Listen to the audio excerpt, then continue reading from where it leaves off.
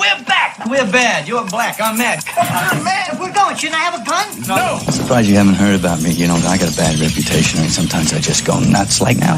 Mark, out the window. Where were you, man? You my partner or what? Why didn't you follow me down? Yeah, why didn't you follow him down? Shut up. I'm 7 floors up. Meanie, miny. Hey, look. Lucky. I have to live with that. You're not going to make it.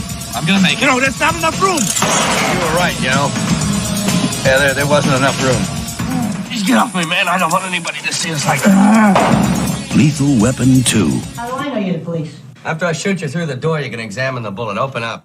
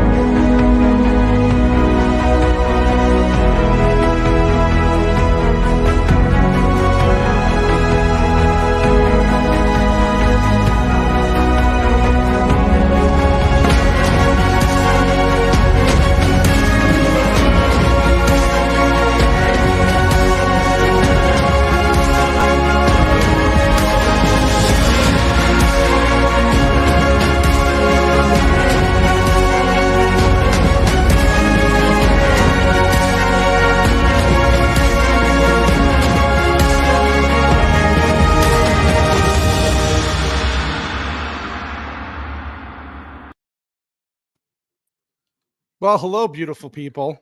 We are back. MMM, another Monday. Holy shit, we made it. Episode 67. Who's here to get some diplomatic immunity? I tell you. I might need it. Yeah, Gore King might get kicked off the stream halfway through, but that's okay. That's okay. It's why we do the shows. We have a great panel, great guests tonight. We have a great, well, I'm sorry, Gord. I think we have a great movie to discuss. To me, it's the best out of the franchise, but you know, listen, some pumpkins you just can't impress. They're just this is what happens when you have dictators in the world. That's true. I am a heartless monarch. I agree with you. That. We are. I just can't take you right now. I swear. No, I'm just kidding. We love having you on, Gord. So we have a great panel. Let's get to the guests. We have some new ones. First time on the channel, of course. Gamer Geek, who I actually interviewed with Sassy a while back on the Cannoli Connection early on. Welcome to the show, buddy. Thank you. Yeah, always great to talk to you, dude. Again, Gord King, you know, when I invited you on, you're like, I'm gonna watch the movie. I haven't seen it. That was last week. I'm like, okay, cool. Gord's a smart guy. I thought he was. Coming in blind. I was stoked for this movie. You know, it's late 80s. Great reputation. I was really psyched because I love the first one. I covered the first one a few weeks ago on my show. I'm a big fan of it. I think that one holds up well. But yeah, this one, this is not a good movie, guys. Not a good movie, guys. My heart. We'll get into ripping you in a minute, but anyway, thank you for coming on, sir. It's always appreciated. Thank you for having me. Of course, buddy. Well, maybe we have Brad from as Canada. Long as you put up with me. Of course, part of Scene Invaders. Brad, me and Sassy did an interview with Scene Invaders and Brad. Brad is fucking hilarious. If you haven't followed him on Twitter or his YouTube dad joke short, please do. All of these lovely people's information is in the description. But Brad, how are you, sir? I'm doing very well, and I have to say it. How's it going, eh? Gotta represent. Surrounded by Canadians everywhere I go. Jesus, you poor Lucky people. You. No, well, yeah. I don't know. I would say lucky you, but not because you live there. So, Vex Electronica. How are we going to put up with Gord King tonight? I swear. Well, I stand by my username today. Gord is a fagola for not liking. And don't anyone feel any tension in the chat. I approve this name. It's hilarious. He approves of this message. He did. I took it off to be respectful, but he said, no, keep it. I said, okay, you're going to be That's a faggot, I guess. Yeah. So, He is going to But be. I'm good. I'm just tired. I took a nap today for the first time. Whoa! You took a nap? What'd you Yeah, do I that know. for? What the fuck? I was really tired today. Jesus, you must have been for you to take a nap. Yeah, you must have been. Yeah. Being tired's no excuse to take a nap. Yeah, fucking. She called me the P word once for taking a nap. So I mean, do I get to? What's the P word? Panini. Yeah, Padussy. Oh, pussy? Yeah, Pneumonia. that one. Yeah, that one. That word's fine on stream. But I really, but she knows I don't sleep ever, so that's probably she let it go. Well, yeah, thank you, Vex, for just being you. I can't wait for your awesome jabs at Gord King during the show because we're gonna need a lot of them today. So gonna be making some pumpkin pie tonight, fellas. pumpkin pie, baby. You all will need every bit of it for my ammunition. He's going to be terminated. White Bear, how are you doing, sir? Yeah, I am doing great, and I'm glad to meet new people, even Canadians. And we like something. It's always cool to stream with new people. And I'm sorry, but I have very limited ideas of who you are, so your thumbnail later is going to be really weird.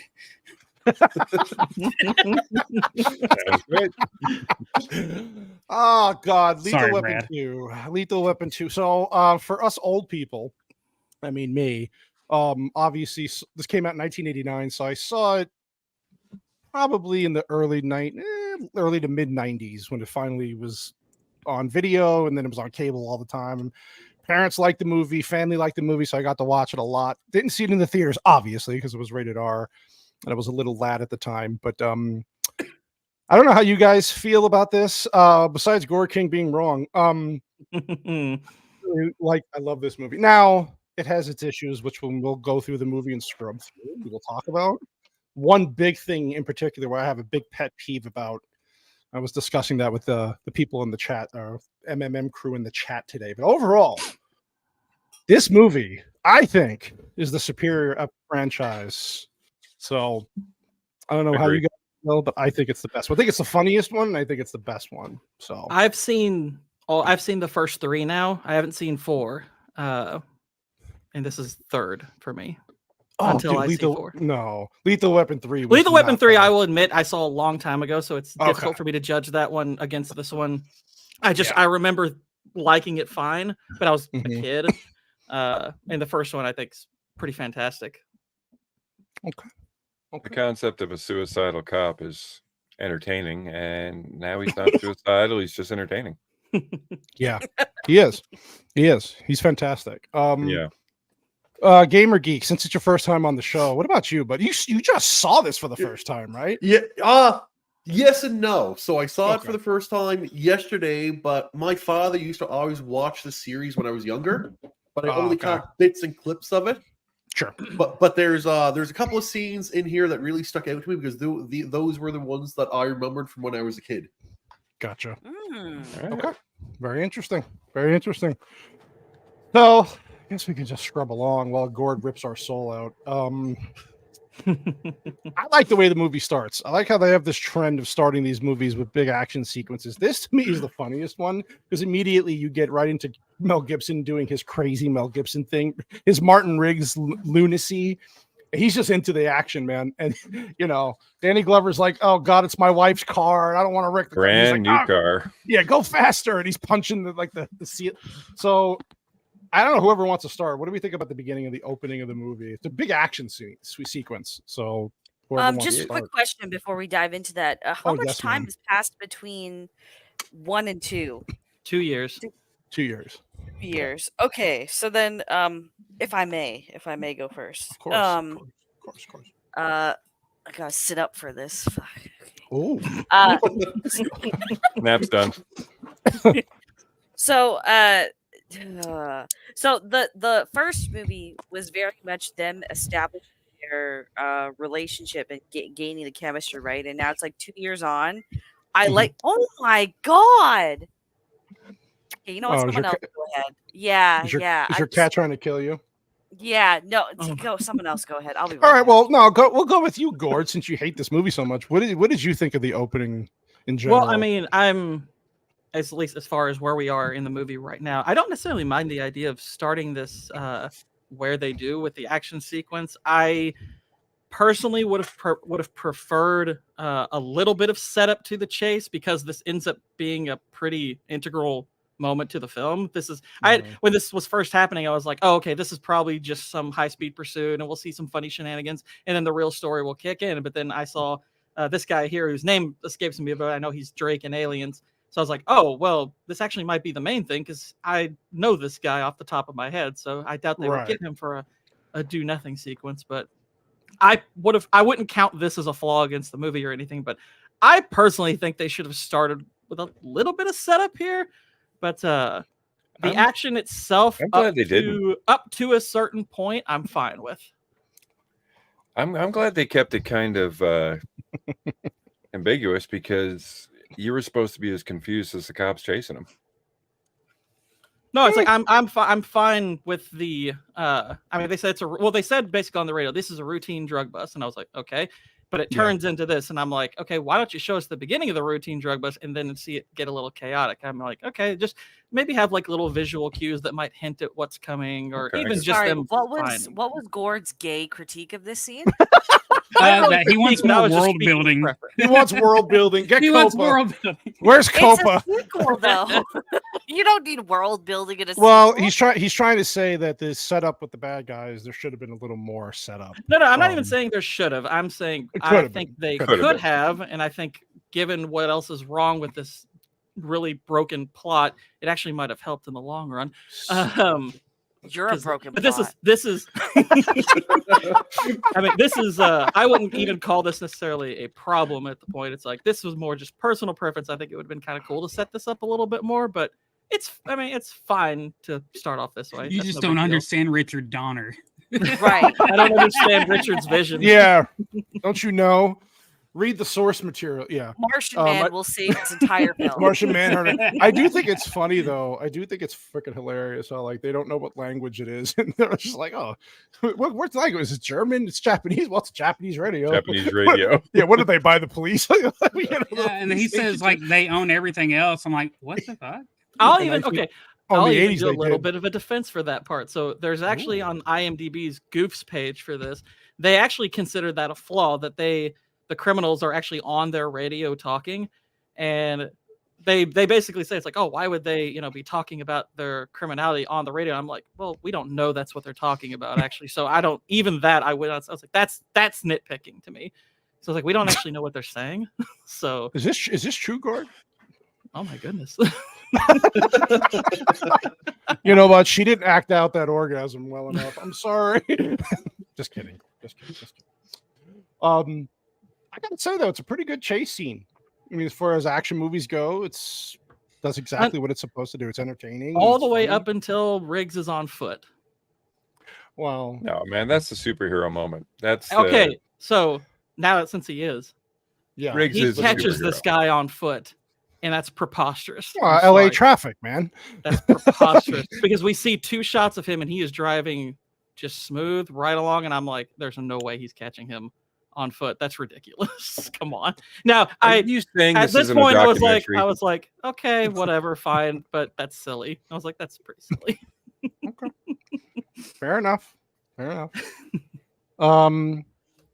I don't know. I think it's kind of funny. I mean, the opening, I really enjoyed how this from then on was how Lethal Weapon was going to be from then on. I know like Gord probably might have appreciated part one's opening more with Riggs, right. I guess, and all that. But for me, this sets up every time that they start a movie, because this is, it's half of it is a comedy, right? In a way. Comedy. So every time that they open up a movie from now on, Lethal Weapon, it's going to open up with some over the top action scene. Of course. And that's one of my issues with this movie is I think it leans too hard into comedy. I liked the first one's darker black comedy tone where there was comedy mixed in with actually a pretty dark storyline. I prefer that personally. Because this movie, I don't think really takes itself all that seriously, which if you want to go that route, fine. But I was like, okay, well then lean into it altogether then, but yeah. Well, I mean, Yeah. I mean, it did shift to more of a comedy tone for the last. He literally movies. bones a lady who ends up drowning. Yeah, bones a lady where there's like there's no point to that relationship. Well, that is yeah. There is. Well, there's a point. No, I didn't finish the sentence other than to show her boobs. That's the only point to that relationship. Hey, I didn't mind it. Yes, exactly. And it was 1989, and that was the point of many a movies. It was also a rebound. Here's her boobs. Now get underwater, lady. His wife is dead. He needs a rebound bone. It happened. I did think this part was fucking hilarious, where he takes the car. You're not gonna make it. You're not gonna make it. He doesn't. He's like, you know what? You were right. There wasn't enough. Okay, wait. Sassy's sassy point. Black comedy with black people. Well, okay, mulatto comedy. Sorry. It's a mulatto comedy. Yeah, it's darker, but not that dark. Well, yeah, Riggs and Murtaugh. It's mulatto. Yeah.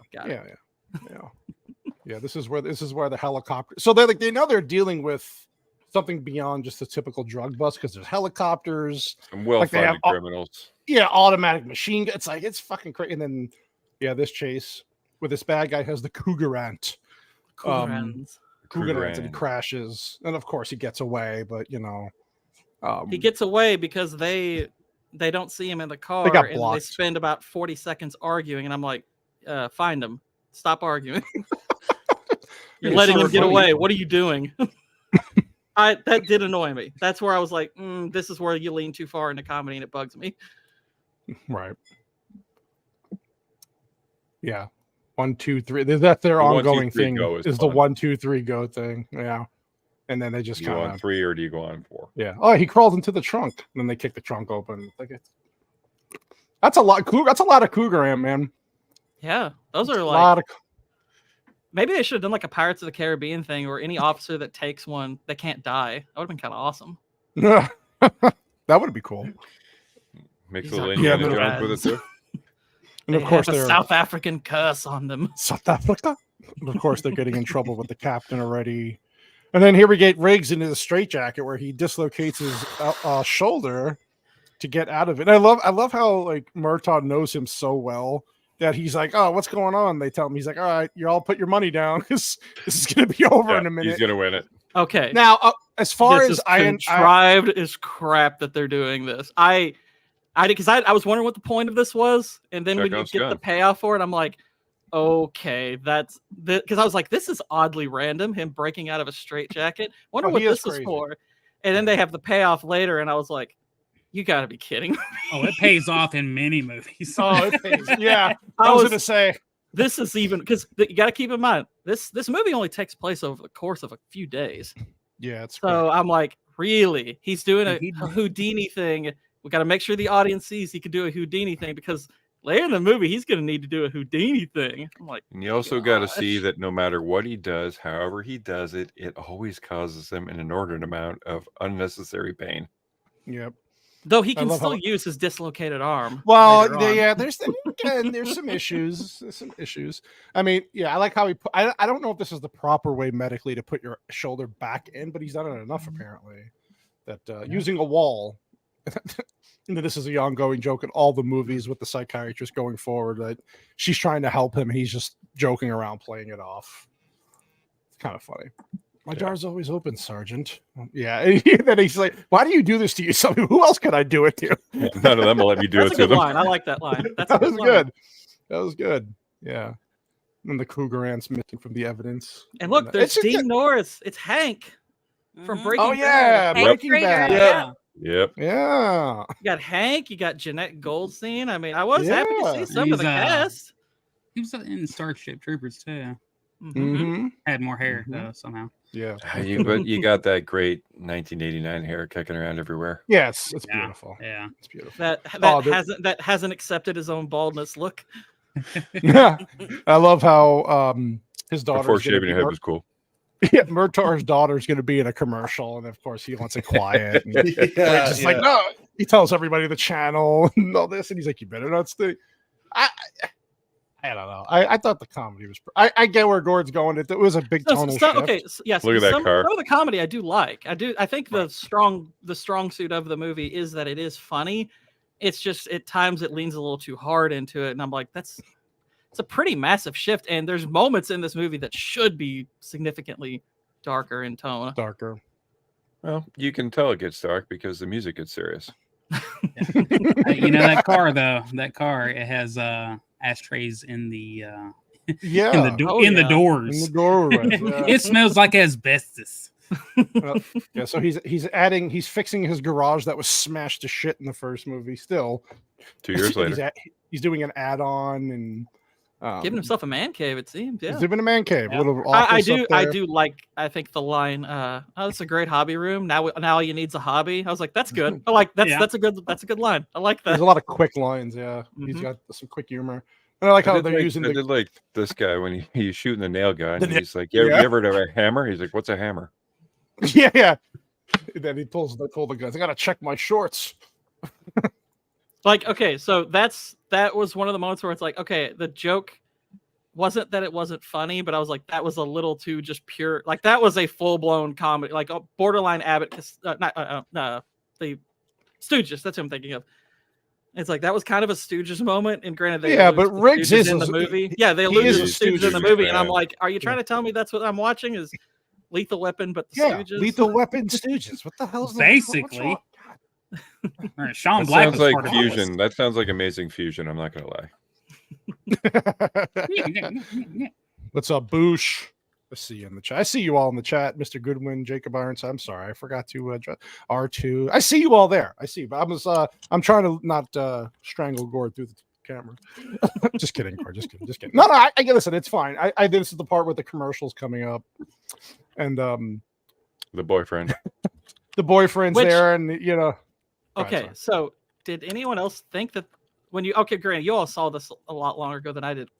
I thought the boyfriend thing was going to amount to something. It seemed like they were setting it up to actually be a subplot, ongoing thing, and it's one scene, and he's gone after that. And I was like, oh, okay, that turned out to be nothing. Just showing all just showing all the bullshit chaos that he has to deal with every. Yeah, I think that's what it is. Like his family's just got a lot of stuff going on. And I have a different theory because I see this in several elements of the movie. I think there were more ideas that they wanted to incorporate that they cut out, or that they cut out the script, maybe never filmed. I think he was one of them personally, because the way he's filmed as though he's supposed to be a character. This is not like some off to the side thing. I know what you're really thinking. You're thinking he's South African. They've put him into focus, and I'm like, this guy's gonna matter in some way. And then it's like he never shows up again. I was like, oh, no. Okay, I know Gibson's shoulder matters more than this kid reappearing in the next 2 days. I know what the real problem is that there's a black father in the home. That's what it is. He's like, okay, Rianne, I'm gonna go get some cigarettes. Yeah, we don't hold back here, Brad. We don't. There's no political correctness. Oh, I've watched this show many a time. Common people for what kind of currency is this? I'm stupid. Euros? So Vex, Euro. is that? Do you know what that euro? That's okay. Pounds, British pounds, Oh, sterling thank you. pounds. Oh, No, that's thank you. fully E. It's E, yeah, E for something. Thank you, common people. Gord is just trying to make everyone hate him because he's afraid of being loved. That's what it Aww. is. And because of that, common people, you get this video, which is my favorite. She got a great ass. When I think of asses, something comes out of me.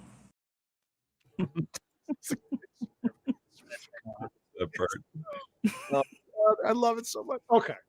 And then you get more humor here, because he can't eat regular tuna because they're protesting. Like I thought that was going to be a running joke really personally, but I was like, okay, you're protesting dolphins, fine. I thought they were setting up, but I thought for a sec that the subway thing later on was going to be the payoff, and I was like, the only relation is they just bring up tuna, but they don't really connect them. So I thought they were going to be connected. No, it's just a big protesting family. They always have some type of cause. Yeah, every movie there's something that they're yeah, whatever. Here's the commercial. I'm okay with dolphins getting killed. They taste good. You need to watch the Cove then. I'm a Patriots fan, so the Dolphins. Yeah, I was about to say, is this football related, dude? That's so fucked up. I knew it. I was rooting for the tranny in Ace Ventura to kill Snowflake. Oh my god, division rivals. I get it. Yeah, this is the commercial. So they're all excited taping the commercial, and it ends up being a condom commercial. I forgot how old she is. I think she's only 18 in this movie. No, I think she was 18 I think she was like 18 in the first movie. She's about 20 in this, I think. I know the actress is like late 20s by now. Yeah. It's pretty goddamn funny. Oh no, wait. You're right. She's 18 or 19 because after the whole commercial fiasco, her boyfriend wants to take her for a beer, and like Riggs is like, "Careful, young lady, you're still 19." No, he says you're under 21. He says you're under. You're under 21. Yeah. I thought she was like. I think she's supposed to be like 19 or 20. I think that makes sense. Right. Yeah. Take the kids upstairs. Yeah, and then like the daughter's like, "We learned this in school," and he's like, "What?" Human development. Human development. You learned what? And I like that the contractor's there watching with them. Makes me want to go buy rubbers. Rubbers right away. He starts laughing. I'm sorry, it's funny. It's just funny. And then there's the boyfriend. Oh, he's got a gun. Well, yeah, it's an old gun, and he's not a very good shot. That's pretty funny. That's pretty funny. Yeah, and at this part, he's like, the cops, they never let up. Cops are going to be rubbers in this and rubbers in that. Yeah, you know what they say, one in one ear, out the rubber. Just giving him shit. And they did it so smoothly, man. I love it. He does have good timing, Mel Gibson. He does. And here we go with the bad guy. See, now it gets dark. Gord, are you happy? Somebody gets killed. Yeah, the music. I'd be happy if it was consistent. You know what? God damn it! You know what? Amadeus this is one of the main reasons I wanted to like. This is one of the main reasons I wanted to like this movie. Is I am a big fan of Joss Ackland. I think he's been underrated for decades. He's a fantastic actor. He's a good actor. I think he had the best audiobook voice ever for the Screw Tape Letters. I highly recommend listening to that just for his amazing voice. But wasn't he in Bill and Ted? I don't remember. Maybe. Sorry, what do you mean by the consistency part? Can you go back to that? Yeah, I think the movie's tonally inconsistent. Oh, do you mean the shift from like hard comedy in the beginning, and then it gets a little bit too serious in the middle, and then by the end it just tries to come back to that comedy but never quite lands it? I think it's more herky jerky even than that. I think I think there are scenes that are really serious that go straight to comedy, like within seconds of each other. I don't think it's very smooth, personally. But we'll get to some of that because we're not quite there yet. Okay. Yeah, this is where you meet the bad guys. I do think Krugerrand sounds really cool though. Krugerrand. This is the guy who lost the Krugerrand in the sounds very supreme. Yeah, you know something bad's gonna happen to this guy. He walks in and there's like plastic all over. Oh, I'm having some painting done. Yeah, it looks like it, buddy. Yeah, yeah. And they end up killing the guy. Oh, yeah, I'm having my floor painted. Yeah, I'm having some painting, and then he keeps eating his steak and beer. It's like Jesus Christ. He's got a beer and a tea, and he's got a bottle of A1 sauce there. They wrap him up in the plastic, and he's like, it's a goddamn cafe. So, okay, so. I've been trying to think of where exactly I would bring up probably my biggest issue with the overall plot. You haven't already? No, because this is one of those, if Indiana Jones isn't in this movie, everything still happens the same way kind of things. So their whole thing is they have this drug operation, and they cannot be arrested. They cannot be arrested. They have diplomatic immunity, as they say. Why are they even remotely worried about the police then? Because they're clearly not. I mean, they shoot them, kill them. They do all this stuff to them. And the only thing I could think of, which the movie doesn't really allude to this, which that's part of my problem with it. I think they should have alluded to this because that would have helped, is they would be worried about the police actually just disrupting the operation itself. But that's not brought up at all. So there's really no point to them being worried about the police. They can't do anything to them. Oh, they can take everything from the people who are receiving the drugs. But again, that's something that they should have alluded to, because I'm like, okay, because that's, like I said, that's what I thought could be done, but they never show anything. They don't even actually show the drug operation at all. How deep does diplomatic immunity go? Like, is it like pretty okay? So launch? I really don't know. Okay, so I did look this up. So because I was wondering, I was like, all right, so you got Joe Pesci's character who's supposed to be this star witness. And I'm like, okay, so is he supposed to be the focus of what they're doing because he's protecting them against, there's some case going on where they're gonna catch these guys.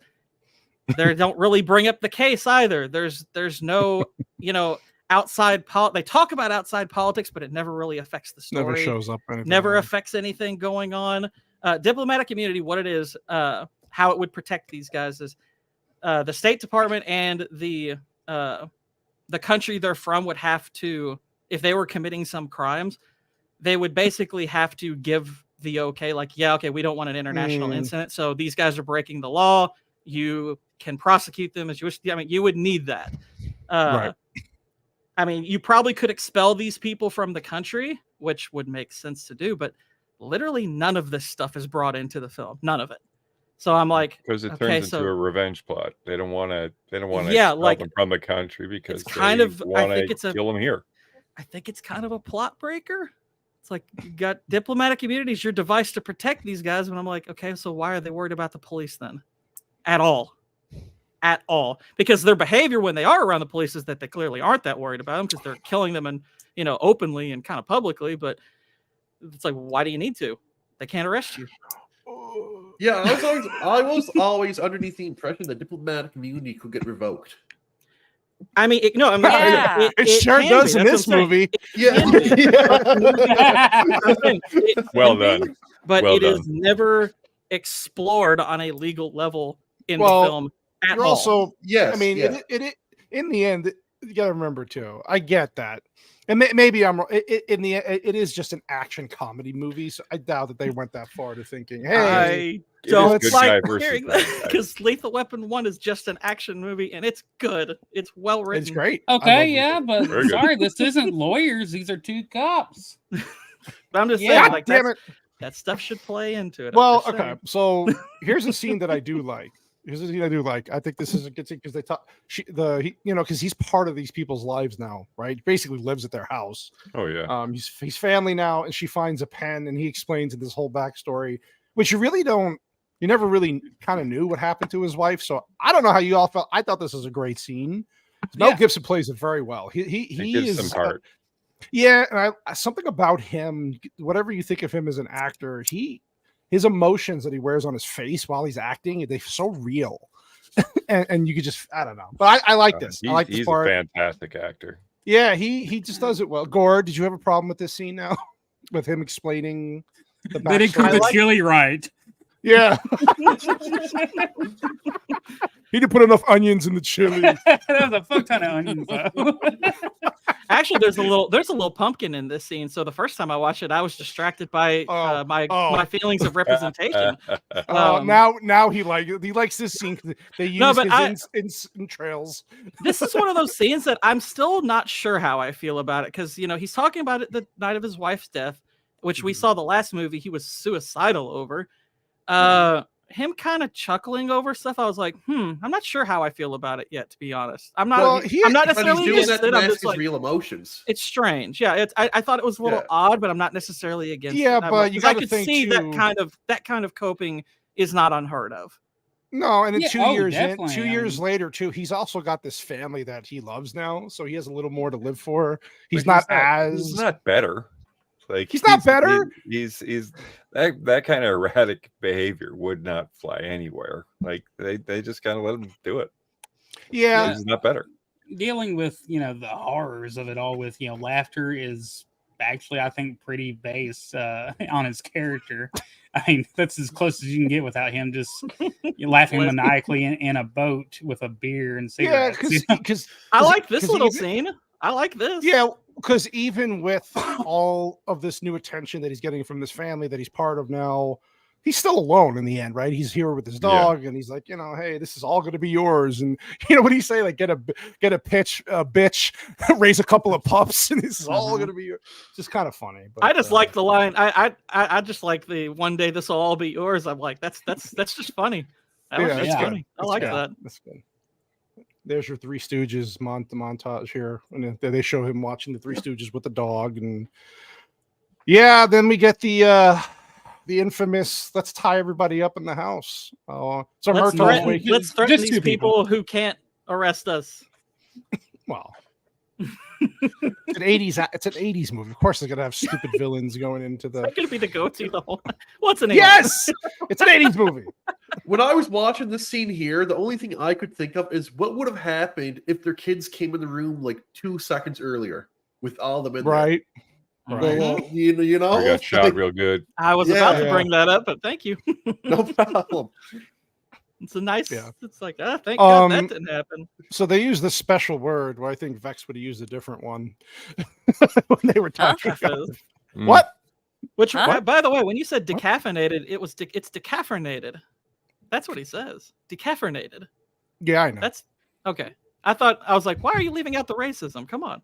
Well, I know. Well, it's, you know, you never know with social media these days. But yeah, yeah. So this is obviously the bad guy, and he's like, you know, if I was you, I'd be going fucking bananas, right? I can't do the accent, man. South Africa, but yeah, he's just basically giving him a warning, saying you just back off, you know. And then of course the kids do come into that always works. Yeah, yeah. Hey, love it. How you doing? See you in the chat there. Welcome. Love it. Yeah, like how one thing I always just the stupid nitpick. It's like untie them, stop fucking hugging them. Like I get it, you're happy to see them, but take the tape off. It's like, come on, stupid fucking children. That's why kids are dumb. Well, especially at that point when they don't know if they're still in the house or not. Right? Yeah, that's true too. That's true too. Hide, kids! They're still freaking here. Get away! Where's the youngest? Now, I was always under the assumption that that's when they started going, roo, roo, roo, you know, really loud and kicking around. So that's why the kids have that go, Whitey. Do that again. Do that again. Oh, hold on. Never mind. I can't do it. Okay. I will shit myself on camera. All right. Oh, that's worth it. That's worth it then. Oh, drop some caffers. All right. He's been yeah, and then yeah, so this is where they're basically like talking about what happened to Murtaugh, and then they're gonna go, you know, we gotta watch each other's backs and fronts. He's like, we're gonna have a poker game, which plays into the plot later. I'm sure Gord hates that too. What, the poker thing? Yeah,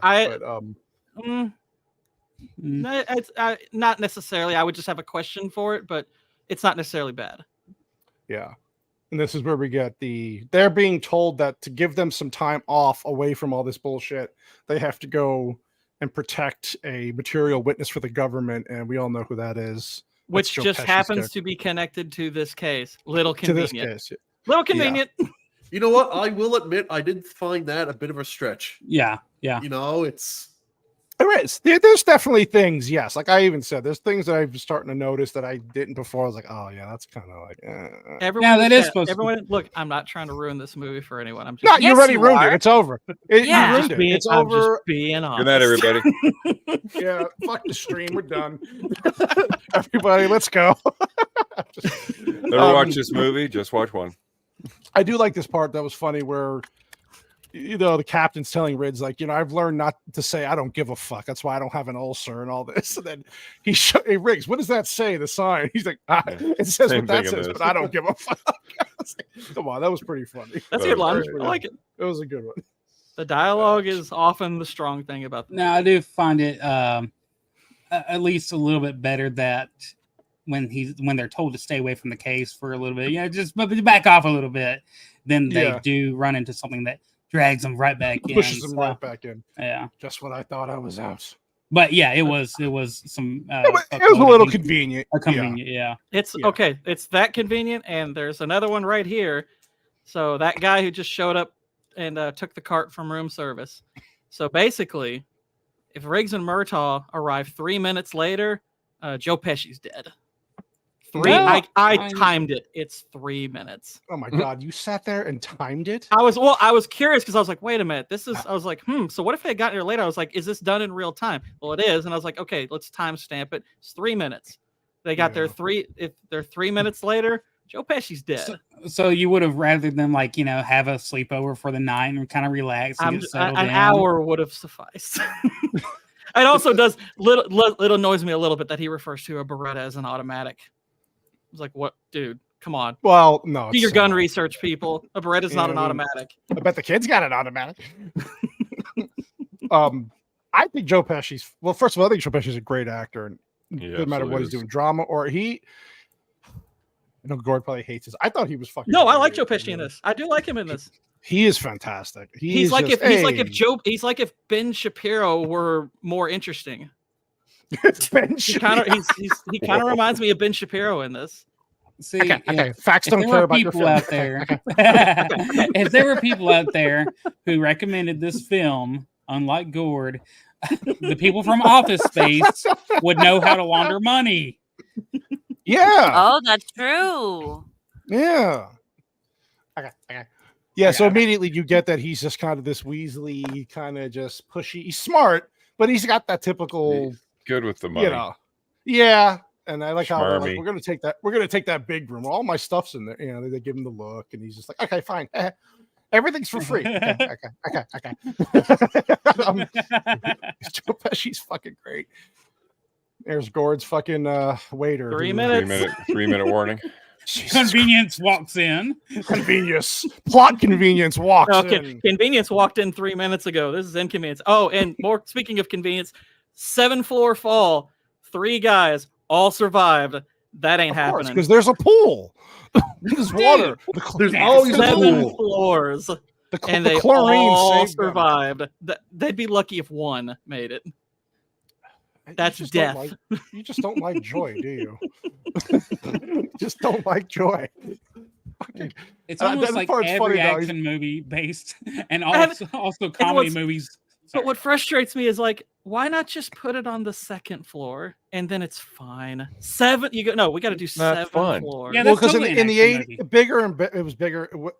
They wanted the spectacle. You know how these movies are. Well, I think they were hoping they were going to one up the jump onto the giant airbag, which was that was cool and plausible. Yeah. This is not. This is just silly. Yeah, fermented. How would you know? Have you ever fallen 7 floors into a pool before, Gordon? No, I don't think so. I mean, not accidentally. This part was funny I will though. Throw a pumpkin from a bridge in the next wait few till days. you just wait till Halloween this year, you son. I like Mel Gibson here. He's like, "Where were you? You're my partner." He's like, "I'm 7 floors up." You should have followed me down. Yeah, you should follow. I'm 7 floors up. Oh, and then he tells them what he did. How he laundered $500 million from some drug guys. Yeah, give or take a few.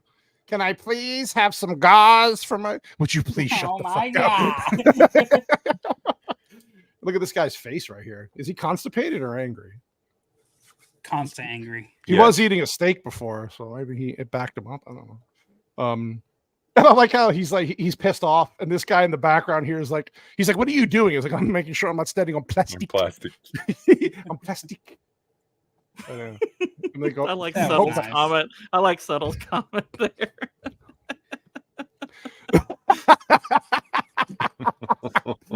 Oh Jesus. Yeah, then they go back to the house and he's cleaning his guns and they're eating food. I like how he's a criminal, but he's pissed off that they're eating spaghetti out of a bowl, like a thing out of there. He's like, he is standards. Yeah. He has standards. He's got standards. He's a good character. Joe Pesci's one of my favorite things about the movie. I really like him. I do like he's going over his whole thing as to how he got in trouble. And I like how they're pretending like they know what he's talking about. And they're just looking at him like, we don't, what the fuck? What? Like, what are you saying here? I still don't figure out, like, I don't know what how it works. Like, I've watched this scene 1,000 times. And I'm like, that was my face, like Mel Gibson right there. Like, huh? Can we just get to the next scene, please? Well, because he's obviously simplifying it a lot. Yeah. It is now laundered. Okay. You cops aren't too bright, are you? Okay, guys. And the idea. I'm doing the Ben Shapiro thing. Sorry. Yeah, he's like, oh, it was, he was saying like it was so easy to do, and who would even notice 20,000 here? But he's like, well, drug dealers. Drug dealers. Yeah, I guess they did, didn't they? And then his shirt's all fucking. Look at them, Neanderthal over here. He's like, it's a little small, but this soft. Look at that fabric soft. Yeah, but it's soft. That was an excuse to get Mel Gibson's shirt off for the scene. Absolutely. I know Vex like that, and that's fine. That's fine. He's a good-looking guy. Good Vex says shape. it's fine. They talk about the house on the stilts, and And the big 4x4 that comes into play, we know what's happening. Oh, by the way, speaking of that house on the stilts, any GTA 5 fans realize this is what they stole that from the beginning of the game? Yeah, that's immediately what I thought. Mm-hmm. Yep. Yeah. Yep. Hilarious. I love this part though when he's like, come on, he's trying to convince Danny Glover, and he's like, "We're bad, you're black, I'm bad." That part was fucking funny. Yeah, it's fucking funny. Oh God.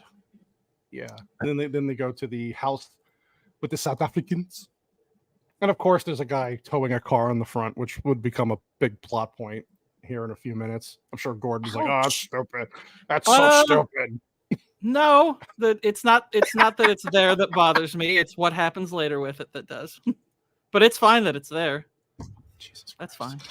No, the bad part about this is why Mel Gibson just goes in there, just goes after these guys. I'm like, you didn't, because they have diplomatic immunity. Yeah. No, that's why does Mel Gibson goes in there and he's like he just. You're not going to look in there and make sure how many guys are what are you up against? No, because he's crazy. He's trying to look how many pretty guys wildly are reckless here, around, especially with you're protecting a witness. Yeah, he's like, "There's no pool. This house is on stilts." There's got to be a pool. It's almost like they're loose cannons or something, Gord. Now, I will say, by the time he swung that big thing around, he would have been shot like 4 times already. But hey, whatever. It's an action movie. It's fine. And I like how he jumps over the side here, and then you got Danny Glover coming in, and blah blah blah. And, this is where the guy steals the car in the front, and then a big chase scene ensues. I'm sure. Here we go, Gord. Go ahead, Gord. Go ahead. Tell us what's wrong with the scene. Okay, let's start. So I don't mind it. Like again, I don't mind that tow truck's there. That can be a part of the scene. That's fine. But one thing happens is he drops his Beretta, which, by the way, if you look at how that's staged, it's an automatic. It looks pretty terrible. How he drops it, it looks like he just lets go of it, not accidentally drops it, so it's poorly staged. But that's one thing. He pulls the lever to drop that ramp down on him. Okay, and that's what forced him to get out of there. That ramp does not drop. And that becomes part of how that guy's death is staged. Is he pulls that thing to drop it, and you don't see him undo that or anything like that. It just stays down when it needs to. So I was like, that's bad attention to detail right there. And his death, that surfboard through the windshield. Oh, come on. Awful. It looks freaking awful. It goes through the middle of the window at an upward angle that wouldn't touch him. It wouldn't touch him. That's exactly what I thought too. I thought, okay, this guy's going to still be alive. But I was like, I don't even think it would hit him. He could just move over the side to my grave. I will seriously defend this movie to my grave. But I tell you what, that scene got me. I'm like, what? Oh well, it wouldn't have hit him. So. I think Mike brings up a solid point here. I went to community college. You elitist. We can't see Gord flipping off the camera or telling Vex to shut the fuck up. He's texting. He's writing. I am on my phone right now. Why are you not moderating this better? They're hurting my feelings. But this is okay. It kind of. If I could simplify my issue with this movie is they have a lot of really good ideas that could have made a great movie, and a lot of them are just implemented really clunky. I mean, come on, look at this part. Look at that. Okay. That's not hitting him. It's not freaking hitting him. The middle of the thing. That's not over onto the driver's side. I think this movie is best enjoyed if you just turn off your brain. Thank you. Yeah. Like you can't be thinking too hard about all this stuff, and it's a hard thing to do sometimes. But I can't make myself analyze it. Spielberg wouldn't have done this back in the day. Spielberg's. All right, sir. Just accept the board. Surf's up. That's the joke. Yeah. I didn't even bring this up. Not only did he drop his Beretta in a lazy way, they spotted it while driving at full speed and picked it up. That's stupid. They just spotted it while they're doing. Oh, look, there's this gun. They didn't see him drop it. They weren't even there yet. How do you because they took a little while to catch. Maybe they saw it on the side. Go, oh look, that's his gun. Look at that. Let's get that. Maybe they're psychic. Yeah. Didn't want to leave it there for some kid to find. And they go back. I don't know. That could make the plot a lot more interesting. No, that doesn't happen until part 3, dude. That's true. Yeah, this part's funny though. And they're just kind of going through the shit. And the home of the Krugerland is South Africa. They're from South Africa. And then he gives them the diplomatic community papers. Fucking prawns, mate. Fucking prawns. Fucking prawns. The dude kind of looks like one. Yeah. Oh god, that fucking made me laugh. Are you Riggs? Martin Riggs? The Chicago Riggs. Please, okay. I know we're all on different sides of the fence here, but please tell me you all agree with me that the whole thing with him being the guy who killed his wife is so freaking retarded. That is so ridiculously stupid. But that was a big yes. Yeah, like I said, I do agree. There are some things that happen in this movie that I'm like, oh, because I knew going into this movie that was part of the plot, that somebody involved in the case had killed his wife, and I was like, I'll be interested to see how that gets implemented because that's pretty interesting. And it's just this guy happens to be the guy who killed the wife, and by the way, didn't go after Riggs after that. It's like, oh, wrong target. You generally would keep going and still get your target. Yeah, nope. I hear you. But he's going to diplomat the fuck out of your immunity. He's like, you, my dear officer, you couldn't even give me a parking ticket. Yeah, couldn't even give him a parking ticket. So why are you worried about the evil cops, lines? Now get out of here, all of you. Hold on here. Hold on here. Skipping through. They got to worry about. They don't got to worry about the conventional police, but these are two, as you said, loose cannons. Yep. So they got to worry about them not just arresting them, but fucking up some part of their operation. Yeah. And so I will admit, this part is stupid. They don't have to say it. It's known. They do have. They need to like characterize what is the, because they don't just go after Riggs and Murtaugh. They kill them all. So it's not just those two. They kill all of these guys. That should have been a great harrowing scene. They also tried to kill everybody. The best ones didn't get killed. That's true. And that's what I'm saying. Is like they kill all these people, and you're just like, why? Well, now you know what happened to the boyfriend. Yeah, here we have A Cup Magoo. I will agree that. Okay, so you kind of know where this is going if you see it for the first. It's like, please don't do. Look at the chemistry. Don't do the love interest shit because this movie made this whole. I don't know. Okay, this movie and the Lethal Weapons movie themselves. They made this whole genre. This movie, there's a reason why there's Naked Gun movies. After this, there's a reason why a lot of action and buddy cop movies were made is because of these movies. Well, Naked Gun 1 came out after the first one, and and the first one's great, and that's fine. Yeah. So I'm fine with the first one. It's this one that I don't like. Oh yeah. I'm not trying to change you on that, but I'm just saying. Naked Gun came from the TV every show. time that you see one of these scenes that are like a cliche now, and we go, oh god, here it goes, it's happening. This is what it all came from. So I can't really. I'm not gonna bitch too hard about the Lethal Weapon franchise. Cool. I wouldn't mind her character. Like I think her character, I wouldn't have minded. Like the fact that relationship doesn't go anywhere other than showing her tits if they had actually made the wife subplot make sense, then the secretary subplot, if they developed that a little more, would have been really good. Like you can do that and it work. It's just no. Let's just you're all gonna fall for each other for a few hours. Here, show your boobs. Yeah, no. Then we're gonna drown you. I didn't really love that whole dynamic in the movie either. That's also just anger fuel for Riggs. Yeah, that's all. Yeah, exactly. Because finding out your wife got assassinated by this guy definitely isn't enough. No. And that all your cop friends were murdered. Screw them. They're all vampire players. No, fuck Which them. we never. By the way, they pull a Force Awakens, and we never get to see him hear that and react to it. That's a Force Awakens thing. Oh, because he heard it over the radio or something towards the end of the movie or something.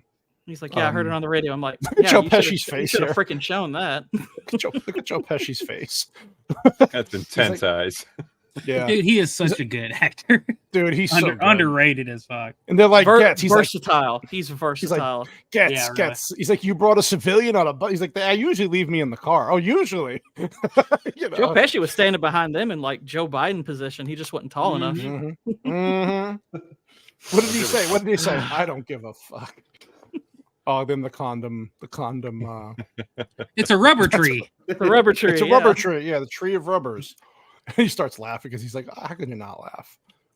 Then we get the creepy villain taking the hot secretary home, and he's like, these people have blacks on their police force. I'm like, whoa, did Vex write this script? I love the racist. What the fuck? I'll be honest, I was disappointed that she wasn't racist. I was like, oh, come on, you can give her a character flaw, make her racist. Yeah. That's why I like Martin and not the black guy. But it was this here that I honestly thought that there was going to be more for this character. Like, it kind of seemed like she was going to have a bigger role and kind of taking him down, but then it's like, maybe 3-4 scenes she's in, and that's it? Yeah, it was a wasted subplot. And I was saying that to Vex today and Whitey in the chat. I was like, I hate when movies throw these stupid these like one-off love stories in to kind of push the story along, and they just ruin everything. Well, women ruin everything. It slows it down. Sorry, for sure. First of all, no, I agree with you. Women do ruin everything. But second of all, it's here's where I can agree with Gord, where the movie just doesn't have any consistency in terms of like tone. Sorry, there's a cat clawing at my back. I'm sorry. Well, I thought you were looking at Mel Gibson pictures. Thanks for the context. Yeah. There is a pussy on your back. It's nails deep, man. Wow. But, wow. Was it so? Riggs, they open up the movie and they have this little like flashback of how he explains how he found his wife and all that stuff. And you're like, oh, he's still struggling to move on from the death of his wife, which he was suicidal in the first movie over, right?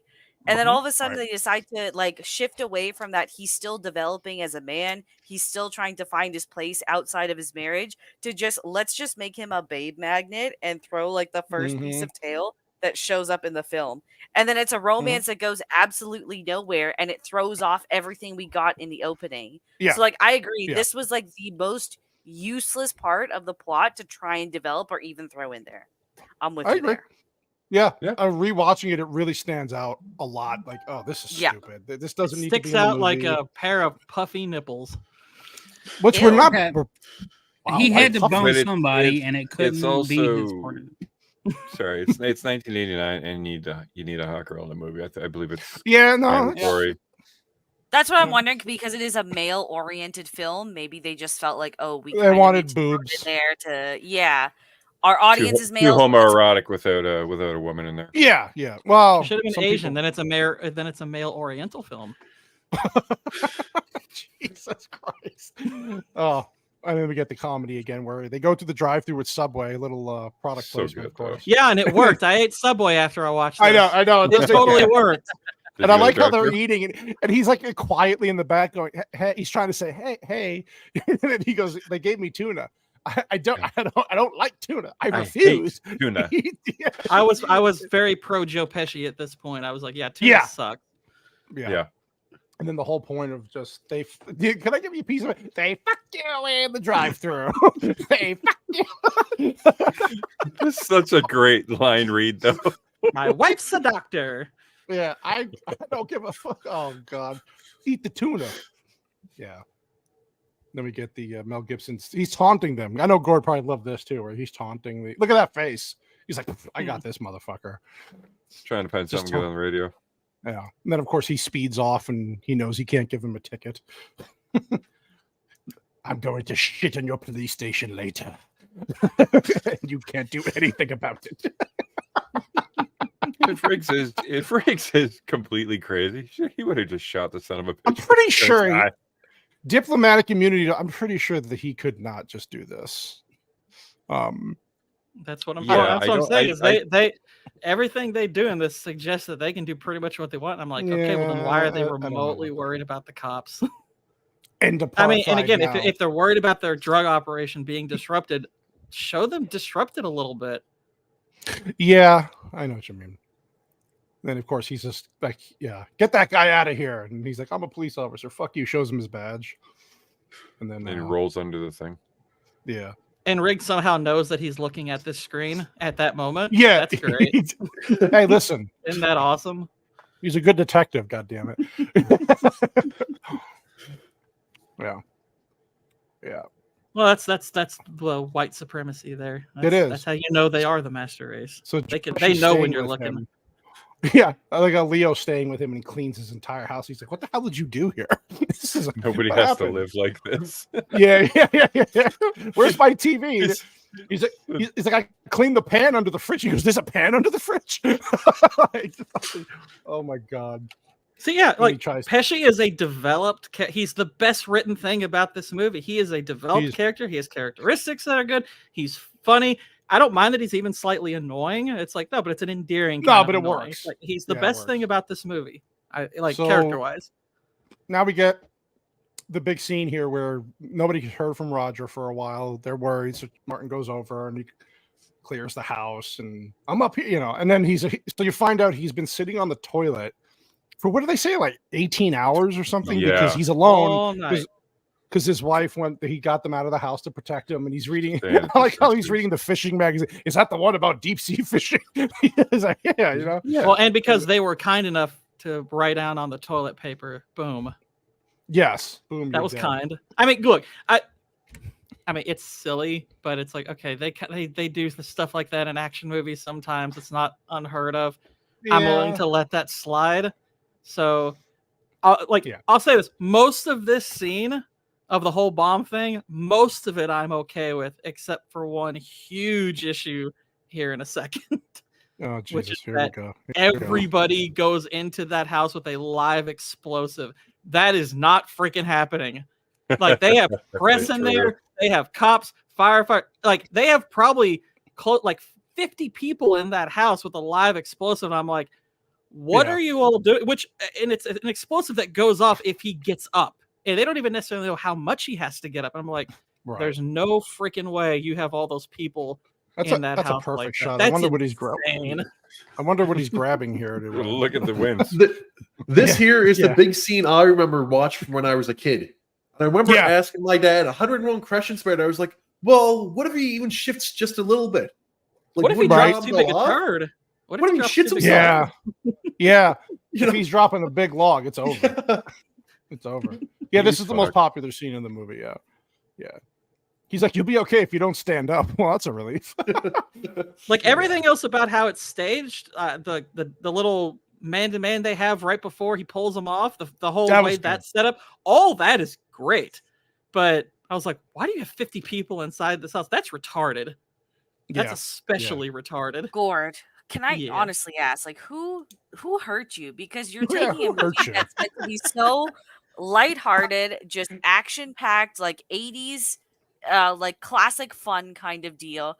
The whole point of this is to kind of show like hyper masculine, like pro male bonds. That's not how you're the here was, just be though. like, oh, it's not fluid enough. Oh, it's like it's well, his argument is that the first one was so well done. The first one is done well, and that's a well-written film. That is consistent. That is done intelligently.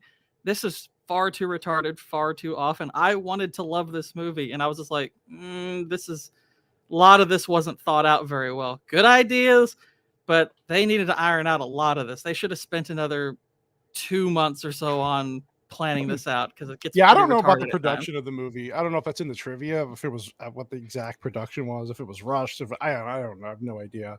And by the way, some of these are easy fixes.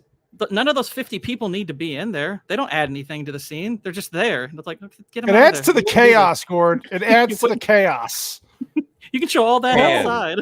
But it also adds to like Roger's humiliation. Yeah. That was kind of the point, I thought. Yeah, that was my takeaway from it, was that they were just there just to make him more humiliated, make him more embarrassed that he's they don't even really capitalize on that. They don't really capitalize that much on that. He looks pretty uncomfortable. Yeah, he does. Yeah. But he tells me he has to stay in there, and all this. I like this scene, especially right here, where they're trying to figure out exactly how this is going to go, and they're joking to kind of lighten the mood. And love this part. Love this. The bomb in Trish's stove. This part's great. This is fantastic. This is the best dialogue between these two in the film. It's a good kind of funny. I love the joke about the wife's stove. That's a great callback to the first one. This is all staged, and that's part of what's frustrating. Is moments like this are really well thought out and good on the details, and other stuff isn't. It's like there's laziness in this spot, and there's good stuff here. That bugs me. That does bug me. This is my favorite part of the whole movie because it's funny. He's like, I'm going to die on the toilet. He's like, guys like you don't die on toilets. And then they don't have to actually say the words. He's like, it's my ass. Yeah, it's my ass. But like, they don't have to say the words. Like he wants to say, I love you. Cause we've been through all this shit. And he's like, I know. But Mel Gibson here, the acting is fantastic. The eyes. It's all in his face, man. Look at his expression. He's like, all right, we're not going to fucking die. And they do the whole 1, 2, 3 thing. And then, of course, the fucking thing lands on the wife's car. I think that's funny. That's good. That's a good poor car. Yeah. And he's like, yeah, get off me. I don't want anybody to see us like this. I think they're laughing. It's pretty good. It's pretty good. And then, we get they go to the consulate again. Yeah, Alphonse. I have a friend. He wants to go to South Africa and this and that. He's have him come back while he's here. Alpha, you really need to listen to your friend and not go. Yeah, I think there's been some mistake. He's black. He's black. You are. He is. He is. Yeah, he is. That's why I want to go. You are. Take up the struggle agast the white, the white regime, the free South Africa. You dumb son of a bitch. Whitey, you do the worst Joe Pesci. It's Canadian. I Joe love Pesci, it though. Okay. Oh, okay. I got it. I can't get my voice out of. No. Well, don't ask how he does. He's sitting on something very sharp. There's a reason my camera isn't on me. Something else is though. We'll talk later. Yeah. So he sneaks into the thing, and I'm sure Gord's like, "What the fuck? This is stupid." But I think it's funny. Convenient. It's funny. Yes. It's just this is the point where I'm just like, okay, come on, somebody higher up has got to come down on these guys. This is you're bordering on creating an international incident at this point. Because I was like, okay, when are they going to have the State Department actually come down? Because they said that was going to happen, and it doesn't happen. It's like I was like, can't there should be an extra obstacle keeping them from doing their job. He still has to bang the hot secretary. Duh. You can do that anyway. I don't mind them doing this scene like this, but I'm like, somebody should be coming down on Riggs and Murtaugh. Create that extra bit of tension. Oh, someone's coming on Riggs, that's for sure. Jesus Christ. The beach isn't the only fishy smell. Oh, blue collar for $5. Thank you. Love all 4 films. Gord is dumb. I can't fathom ever going on this channel.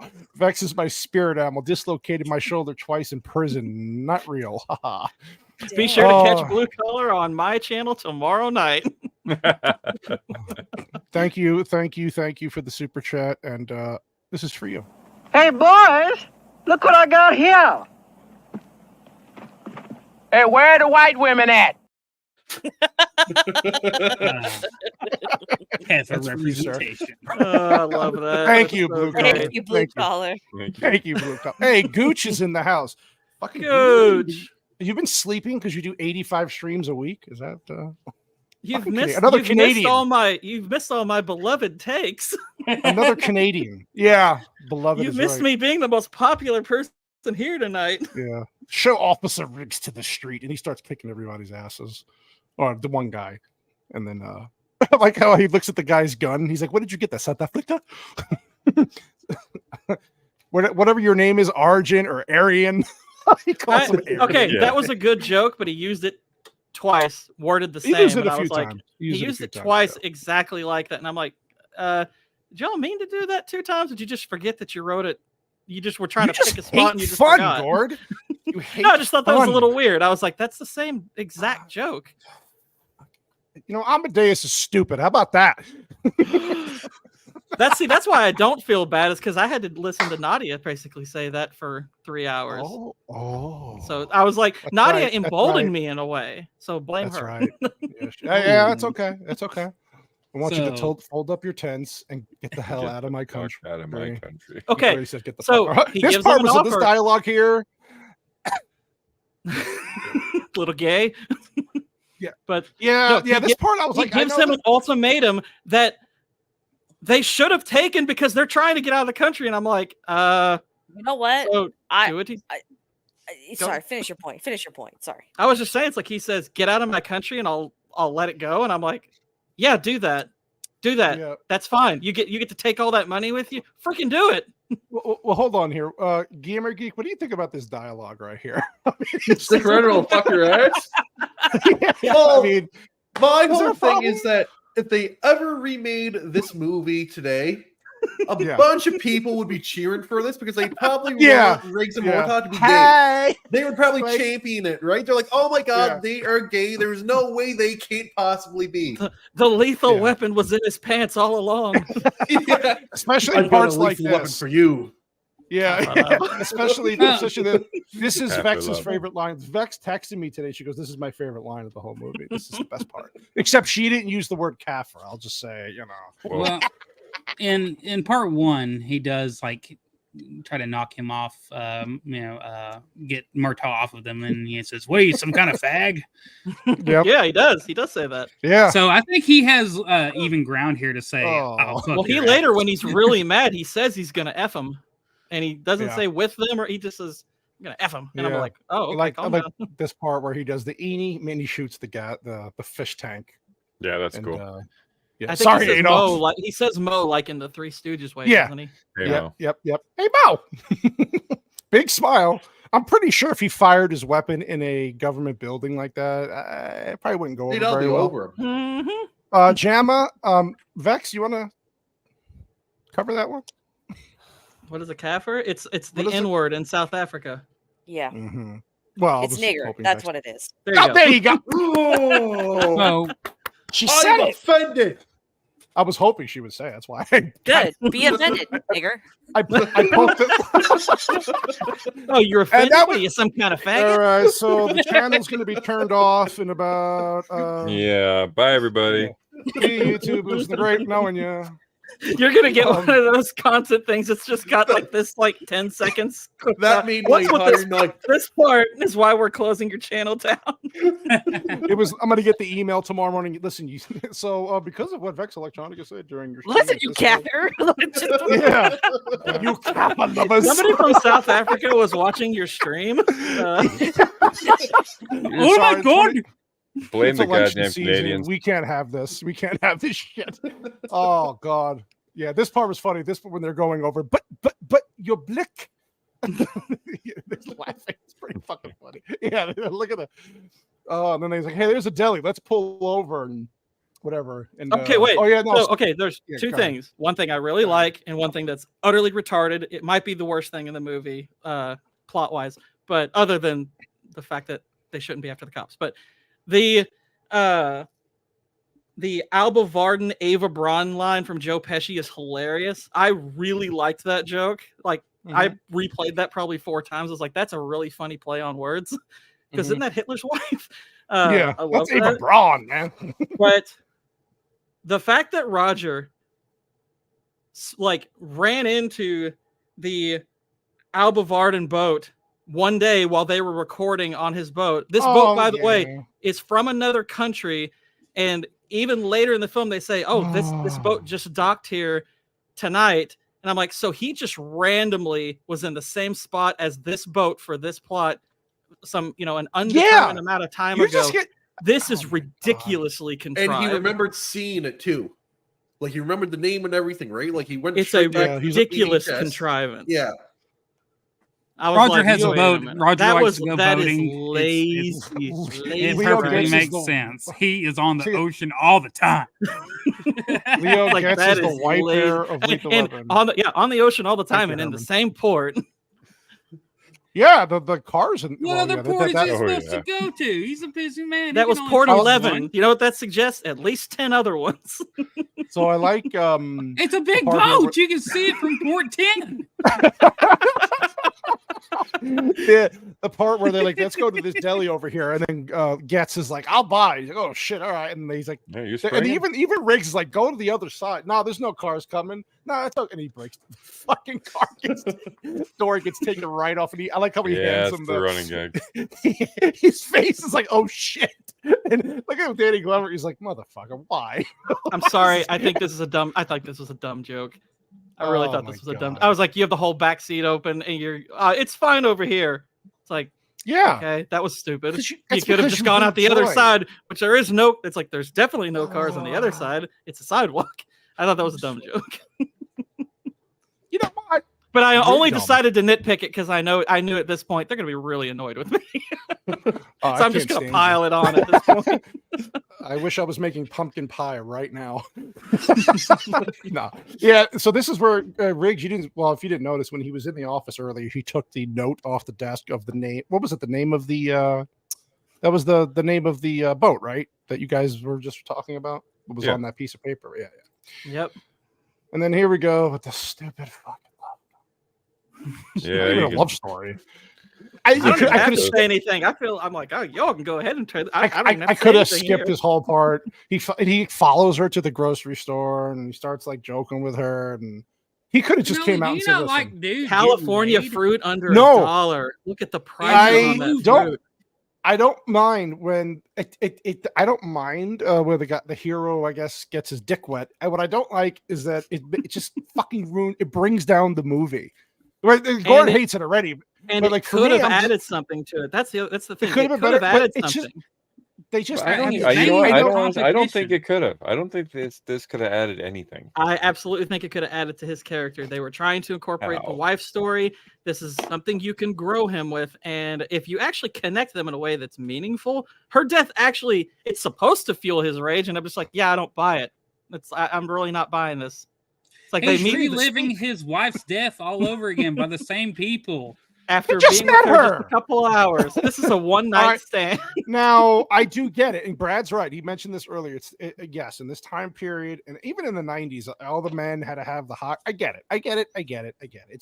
That's like Vex was saying. It's the male fantasy, right? You're the superhero cop. You're good looking. You get to plow whatever you want. And now everything he touches gets killed. Yeah, I get that. It's just like he can never be happy. He's like really infatuated with her. We're not really. Oh God, I don't want to sound like never mind. I'm going to sound like a homo. I'm done. I'm just kidding. I just can't. Me, this is. You don't want to sound like a homo? Is that what you just said? Well, because I was going to say I was going to go down a path here. No. Come on. What are you, some kind of vag? I'm already on autistic. You won't say what you mean. It's not male gaze if gaze is spelled with a Y and an S. He's showing like these feelings for her. And I'm like, this makes no fucking sense. Like, just tell her you want to screw her already, please. Just your fucking prawns, mate. Fucking prawns. Yeah, it's just so good. Like, you can't help it. Yeah, and it's God. It's just a lot of wasted Forrest time. Whitaker eye over here. What are you trying to say, Cannoli? And you know what? For the fucking quickest second when I first saw this movie, I thought that was Murtaugh getting shot. Me for some too. Reason. Yeah, because I was like, wait, like the first time I saw, I was like, wait, he looks just like him, and then he sounds like him, and then no, it really wasn't him. Obviously. Yeah, what are you saying? They all look alike? It was quite 80s black guy with a mustache. Wow, Kaffers look alike. Sorry, but it's true. They probably thought they killed him. Murtaugh, Yeah. I like how he just walks in the house. Like, who the fuck are you? I'm a cop. You what a cop? Fucking prawn. I think it's a little funny that he was like, whoa, be careful there. Like he's stopping him, like, and then he just shoots him and he was like, oh, yeah. Well, you just walk him and shoot him. Okay. And then the woman gets on the this is retarded. They rig a bomb onto her diving board. Come on. That's stupid. She likes to swim. But anybody could, it's like, so do probably the rest of her family. It's like, you might not get her with this. You might get one of her kids. Maybe now, granted, the idea of like a 6-year-old getting flipped over 3 times off a bomb the way they flipped her over would be kind of hilarious. Yeah, thank you, Subtle. Thank you, Subtle. This is true. He hates this movie as much as I hate Chef Boyardee. This is the Olive Garden of action movies. The Olive Garden. What were you going to say, Gamer Geek? You were going to say something. I went ahead and said, yeah. I said even a neighborhood kid. Yeah. You know, like it's something anybody could use. It's a big action set piece for a fucking action movie. They wanted to set something impressive. It even looks up. funny. It even looks her getting I flipped know. over like that. I was like, "Am I supposed to be laughing?" Yeah, at this? the mannequin version of her flipping around was kind of stupid. That was pretty bad. I'm glad this is not how Vasquez died in Aliens. That would have like been if she had landed in like a perfect dive. That would have been amazing. Yes. That's what they should have done. Just make her land in a dive. What are we witnessing here? The autistic Homo Sasquatch. A very rare breed as the EFAPs lethal. Did you just call me a homo? I'll take it from you, buddy. Yeah, I bet you would. Homosexual. I like how he's dirtied the house already in like one night after it's been cleaned. Yeah, it didn't take long. Yeah, no. But again, yeah, here we go. It shows that even if you live in filth, you can still be cool. Mm-hmm. And the dog's like, "Come on, dude. Yeah, we Yeah, want to dude. watch the Three Stooges. Not tonight. I'm Great getting. dog. Yeah, I'm gonna go myself. Where's Murtaugh? I feel like this is the poker game. If he had Three Stooges foreplay, that would be pretty good. Oh, that would have been great. Okay, so like I said, I don't necessarily have an issue with the scene, like that. It's the fact, because they get all these guys in one shot, which you could say, oh, that's because my first reaction was, wow, that's pretty lucky, and how would they be able to, figure out all these guys are there at once? But then I was like, well, let's be fair, they don't necessarily have to know that to be fortunate enough to get them on this night. But I would be, I guess, curious if they made an attempt on the other guy's home and if they just got fortunate. But it's not an issue. It's not like a flaw. It was just it was just that's a not question an that came issue. into my Well, head. do you think they killed, like they doing that as a kind of a revenge thing because Riggs just kind of showed up and fucked them up, and he's like, all right, well, let's out fuck them up. Mm-hmm. Like we're here to hurt everybody, and you're pointing at us. We're just gonna kill everything you. God damn, Waylon. What the heck? Wow. No. No. This may not be a good movie, but it's not bad. Jeez. Yeah, I like how he's doing the taxes for Murtaugh here, and he's like, you got to go into these gray areas a little more to get some money back. No, one of the things I was expecting about this was that there was going to be a reveal that there was a rat in the police department. Yeah, could have been. Yeah, that would have been kind of cool. That would have been the first of it was a coin. How they stole it from the evidence lockup. That's what I thought that was going to start hitting there. Look what you've done to Bush. He agrees with you, and you pulled a BA. I would have to like the movie. It's true. It's true. Yeah, this is the part with the they really fishing could have boat. used that point. Sorry, but like That actually would have made sense because they're powerful government. And all the gold. Yeah, it's my favorite commercial. This was my. Oh, this girl is so hot. She makes me want to go get rubber. God damn, Like, Joe. whoa, calm down, Joe. Okay, I'm gonna jerk off real quick. Okay. Just give me 5 minutes. Oh, careful there, Cannoli. Careful there. Oh, yeah. I was trying to get a shirt. I was trying to get a shot for Vex there with Mel Gibson, but I think You know what? We should show some titties on this stream because some of y'all are sounding really fucking gay right now. So let's boost the testosterone a little bit. Okay? Fucking homos, fucking gays. All right, Brad, break it out. Now I'm just watching the show. I'm just watching the show. This is one of the scenes where I told him to assassinate. This is kind of retarded because this guy, I know that they've been leaving him in the car a lot. That's the whole joke. But like, especially after everything that's been going on, why would you leave him in the fucking car when he's like, I'm going to go check this video out for 20 minutes and just leave you there? Just bring him with you. This is kind of what I was thinking. Oh, go ahead. Sorry, go ahead. Well, Murtaugh has a history of staring at videos for a long time. That is true. He did it in the first Here's movie, the thing, too. though. Here's the thing. This is why I kind of get the idea that they had things that they had planned that they never really bothered to implement. It's like okay, Joe Pesci, they still haven't even really mentioned that he's okay. They're like, okay, he's a witness for some case. They never really bring up the importance of the case or what he's going to, that's like, okay, you figure they're going to testify to money laundering. They don't ever actually bring up anything about the trial or anything, but you would think that, this guy's important. This guy could help us bring these people down. That's never really alluded to, even though it should be. So him leaving him out there is really stupid. That part I don't like. And of course, in service to this idiotic plot point that he happened to be there one day and he spotted this boat. I know. That's convenient. like I said, there were points of the movie I do agree with as I rewatched it. And it's not perfect. God damn it. They're detectives in a movie, which means everything is convenient. Everything's fucked up. Yeah. And I like how that. This isn't a nice painting with a few spackles of poo on it. It's a giant pile of poo with a few spackles of paint on it. It's the other way around. Where he does nail the guy right in the freaking head with the nail gun. That was kind of cool. Although it does. Oh God! Sorry, nailed him. He walks up behind Murtaugh. I'm like, why is your gun not out? You could have shot him in the back of the head. Because he's got to do karate. It's the 80s. Duh. He goes, stick around. Stick around. Yeah, stick around. Stick around. And then he realizes Leo's in the car 85 minutes. Also, later, did those nails go deep enough into his chest to actually kill him? Listen, you're asking questions about a it's a nail gun in a stupid action movie. Here's my thing. Like this. Sorry. Go. No. Go ahead. Okay. Was that actually connected to the air hose still, or was that battery operated? I think it's battery operated. Battery operated? No, sir. That would not. Yeah.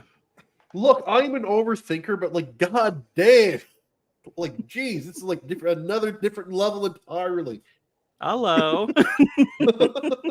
You know what? All right, the show's over. I'm done with you people. I think you convinced me with that last point. This is not a good movie. This is fucking awesome, man. This is like a ridiculously fun fucking movie. Oh yeah. Here's the part I love here. He thinks of Leo, and then he goes, "Fuck Leo, my car, my wife's car, my busted, broken fucking car that my wife fucking still probably." No, I have. Have I been doing the autistic slut thing where I've been accidentally saying this movie's stupid every time? I'm changing my name to autistic slut. Slut. No, that's what Canoli's called. Hold on. Okay, sorry. You're right. I don't want to appropriate. Careful. I did say I'm acting like a autistic slut. So there's a lot of weird sexual stuff happening here, but doesn't look like sex. I don't know what the fuck they're actually doing. But whatever. It's Mel Gibson half naked. I'm sure the women didn't mind. Then the helicopters come, right? So they're like on top of each other 5 seconds ago, and then they're sleeping when the helicopters come, which was a little awkward. It was like a weird editing in that part. I don't know if you guys caught that. Yes. If that was just me being autistic. Of course I did. Oh, we know you fucking did. I can't wait to fucking get to this point. Honestly, that's about all I would have said. I was like, the editing's a little clunky, but otherwise. Thank you. Thank you, Bush. Wow. Listen, stop using my words against me. I hate you. Well, okay. You got a professional stenographer with you. 4,000 squibs used right here. Yes. Okay. I like this scene. It was a good action He tells scene. him telling her to run by herself to the truck. Holy crap. I'm like, do you want her to die? Jeez. It's like they don't necessarily. It's like that's a good way to get her shot. I mean, good. He got what he needed out of her. She's a dumb woman. Yeah, it's like, wow. Him just saying, go run. And I'm like, whoa, really? Run that way, decoy. I'll be fine. I need you to distract their bullets. Just in case you're pregnant, run to the car with the machine gun shooting you. They're going to fire about 4,000 day after pills at you. Oh, my God. I like this scene. He starts like blasting people with the machine gun. He kills a few people, snaps a neck. Master race. He kills one guy and he says, Master race. And then he's like, I don't know. Was it your husband? It's like, what the fuck? Mel. And then, of course, they're running away. And then he shoots the lights out. Yeah, the dog gets man. It's a fun, I like it's that a fun scene. That he shot back at the now. Helicopter. He's got a gun. I do. I like it's fine that he kills it. They've established since the last movie he's an amazing shot. So I don't mind him killing a guy with a handgun through an open window, and that wasn't even a super far distance. This scene, on the other hand, is this is the most tonally inconsistent. They just had this ridiculous run-in with death, and you'd think they just got back from Pizza Hut. Okay. Again, another part of the movie. We're watching this. I go, Sassy, why would they go back to her apartment after all that? And they know they're looking for them, including her, probably. This is retarded. Wait, does she have paperwork or something on him to take him down? No. No, I don't. She has no point in this other than to show her tits. which was okay. She apparently knows everything about their whole operation, but but she doesn't offer to give. She's not offering to give any info. She presents no. But she's literally sleeping with the enemy. I see what you did there. But here's what was bugging me about.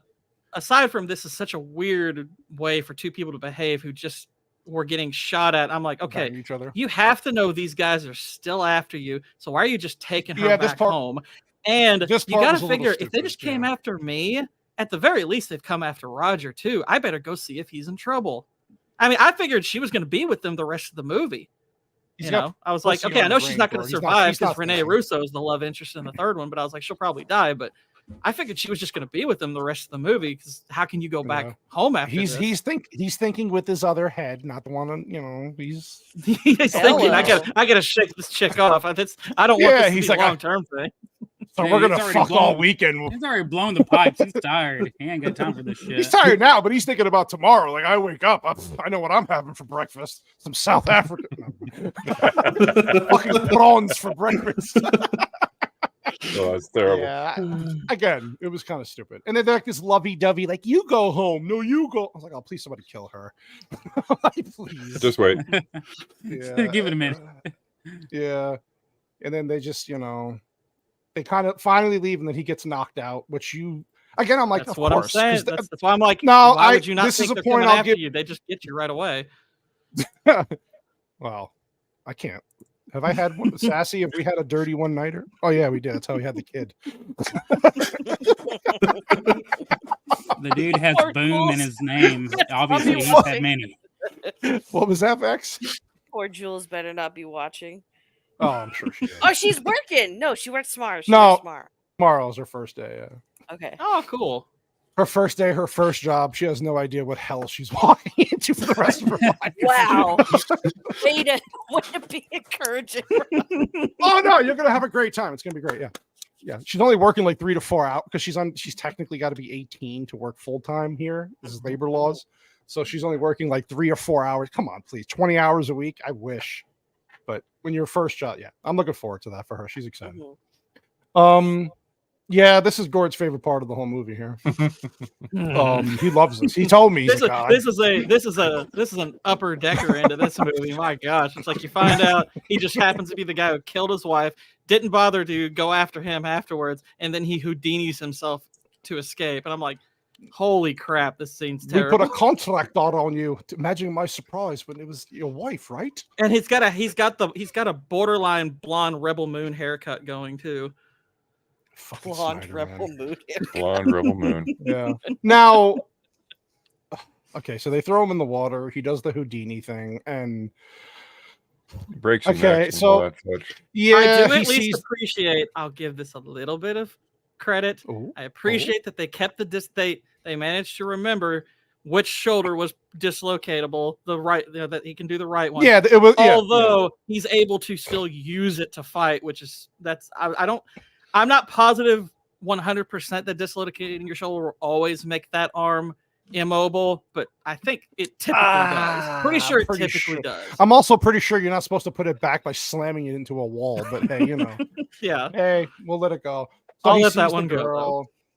Yeah, this part, yeah, I mean, it was a fun scene seeing him smash somebody's head open with a car door. That was cool. It's fun seeing her drown like that. This is the anger. She looks like so shocked that he just did. She's like, wow, you just escaped Houdini style. Yeah. Why can't I get this shocked look off my face? What he's really thinking is like, oh, God, thank God we don't have to have that abortion.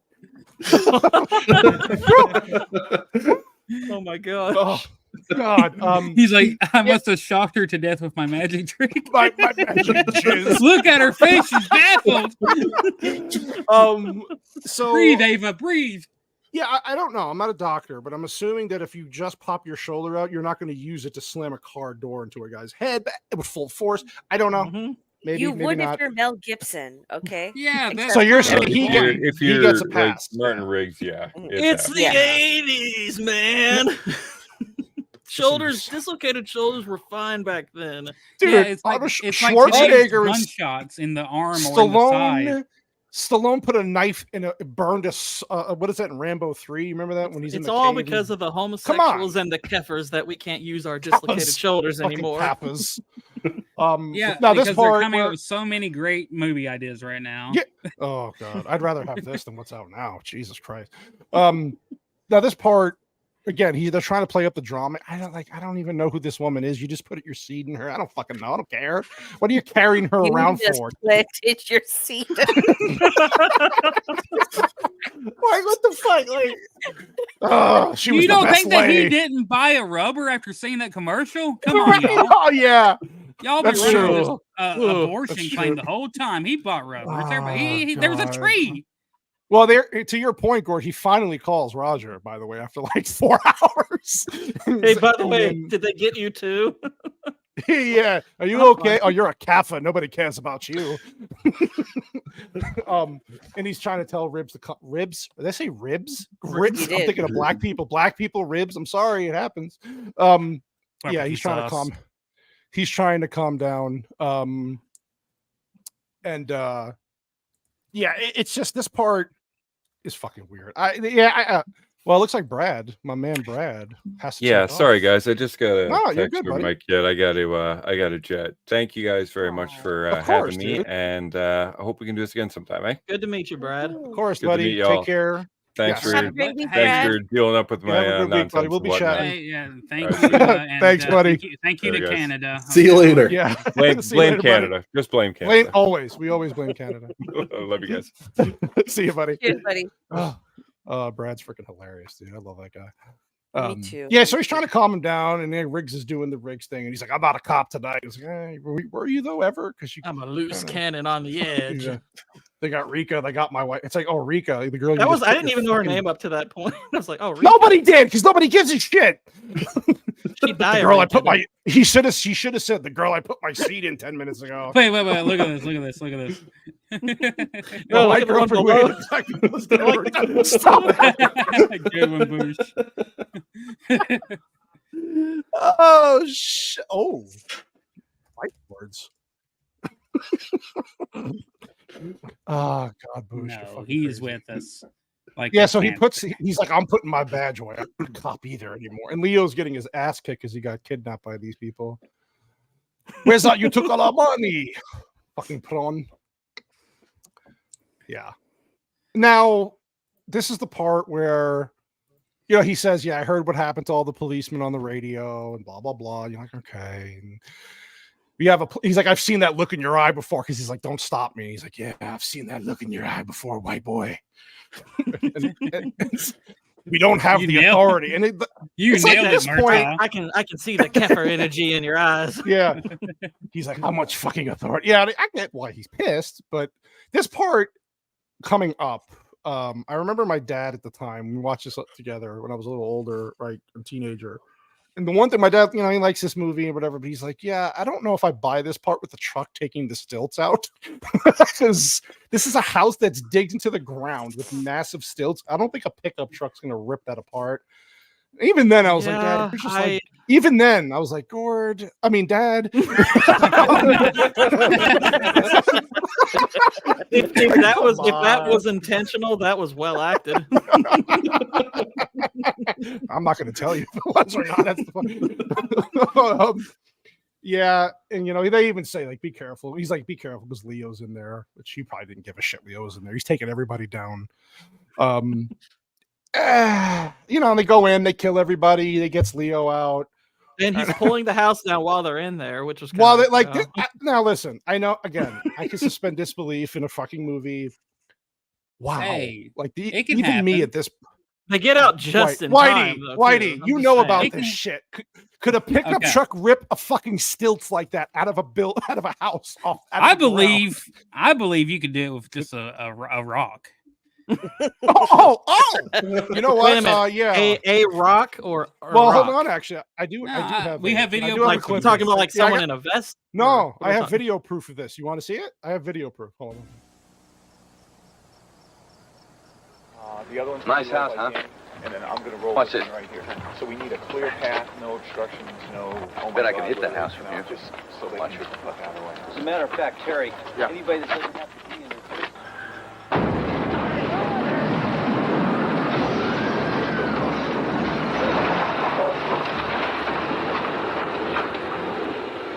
Joe, I hope nobody saw that. Told you. Told you, bitches. So basically, then I guess you can't. No, he just proved you could. What are you talking about? Did you just see the video? Yeah, I saw the edited video. He's just so full of hate for this film that I knew this was. I fucking had it. You know what? I knew it when he said I haven't seen it yet, but I'll be sure to be objective on it. Yeah, okay. I'm gonna get that fact. The best action comedy buddy cop film in the world By the is way, not enough. Now I don't care what you say. It was I told you I like Lethal Lethal Weapon 1. It looks good on screen though. With the actual effect of it falling down is awesome. The effect is awesome. Mel Gibson is so cool. He did that with a rock. Okay, so just yeah. stop. Let me see you blow up something with a rock. Yeah. Give me a rock. I'll do it. Where's a rock? Give me a nail gun. Give me a rock. Yeah, and then they're going to go to the shipyard, and then Leo's like, "Can I take?" They're like, "Take the police. Can I sound the siren? Like really? Like really? I'm gonna go debate Candace Owens." Facts don't care about your sirens, okay? Alba Varden. There's of course, conveniently, there's the Alba Varden. What? Shut up, Gord. I know you're going to say something. I heard your mouth opening. I heard the energy coming. It's like, stop it. Yeah. I like here. He's like, I'll take 2, you take 1. He's like, better yet, you take 2, I'll take 1. So another part of so they kill 3 of the guys here. One problem I did have here is like you're trying to be discreet, yet you're shooting the lock off right near where the ship is with a bag. Now, again, little tiny thing, but I'm like, okay, this is fucking stupid. Well, I mean, they used a silencer, so I was like, okay, but it's like that's still pretty loud. It's like you blow metal on metal, and the money thing. It's like I thought the money looked pretty fake when he pulled it out. Well, yeah, I mean, but I was like, that's fine. But if you look at how deep those pallets are, that car is not pushing all those. Pallets. Okay. We'll get to that point here. Now, this part was funny, which people today would be triggered, where he's like, "It's fucking Donald Trump." There you go, Donald Trump Lotto. Oh, it's a fucking Nazi.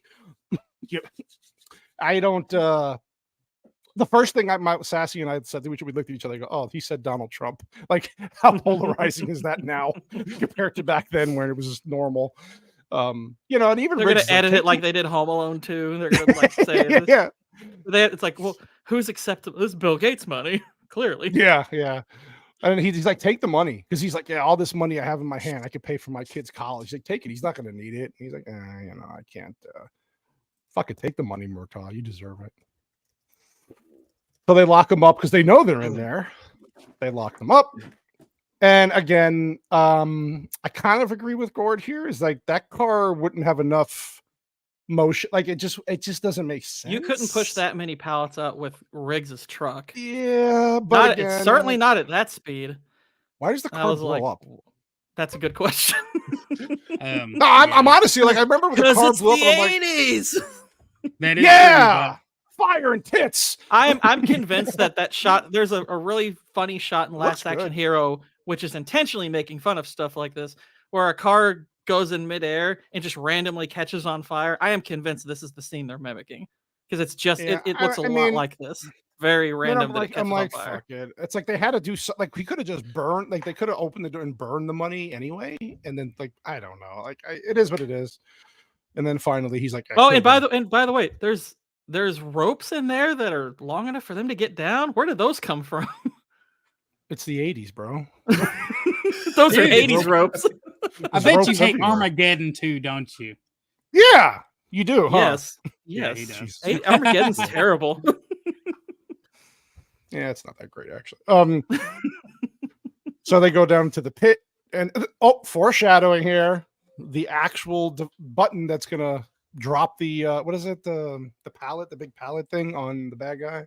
So they have to show you that. Oh, the big container, yeah. Container, yeah. Now a little bit of a flaw here, a goof, is where they shoot him, right? And then you see all the bullet holes and blood. And when the next time he shoots him up close, there's like no blood. I'm like, that's a stupid. Well, the goof is him shouting their names in his head. That was kind of awkward. Just shouting him in their head, in his head. I was revenge, like, that's a little weird. It's revenge. You think everything's weird? Why don't you just have him? Why don't you just have him actually shout it verbally? What is it like to be perfect, Gord? Tell me, please. Don't ask Lethal Weapon 2, that's for sure. Wow. Now, this guy would have had to throw that knife pretty fucking hard from that far away to get into his leg. But again, you're just like, okay, cool. He could have shot him right after. But then you wouldn't have a cool action scene. Duh. Yeah, you would just have beaten your foe. Now, he does get his ass kicked. Villains are retards. Yeah, he gets his ass kicked. Now, again, so he pulls the knife out. Now, I don't know how knives work and getting stabbed in the stomach, but he does like 3 or 4 times just ram it into his stomach really hard. I'm like, probably wouldn't be able to stand up after that. But hey, I thought he was just, I might be, okay, maybe I looked at it wrong, because I thought when he stabbed him, he just was pulling up on it, like gutting him. You've been looking at the whole I don't know. The whole night. I didn't see the knife like go in and out that many times. I just saw the one. Look at his stomach. He's got blood all. Look at. No, I know it goes in his stomach at least the one time. I didn't see it go in multiple. But he keeps times. like pushing it gutting up him into his stomach. Yeah, that's what I'm saying. I thought he was just pushing it upward. Okay. Well, he was he was pushing it upward earlier than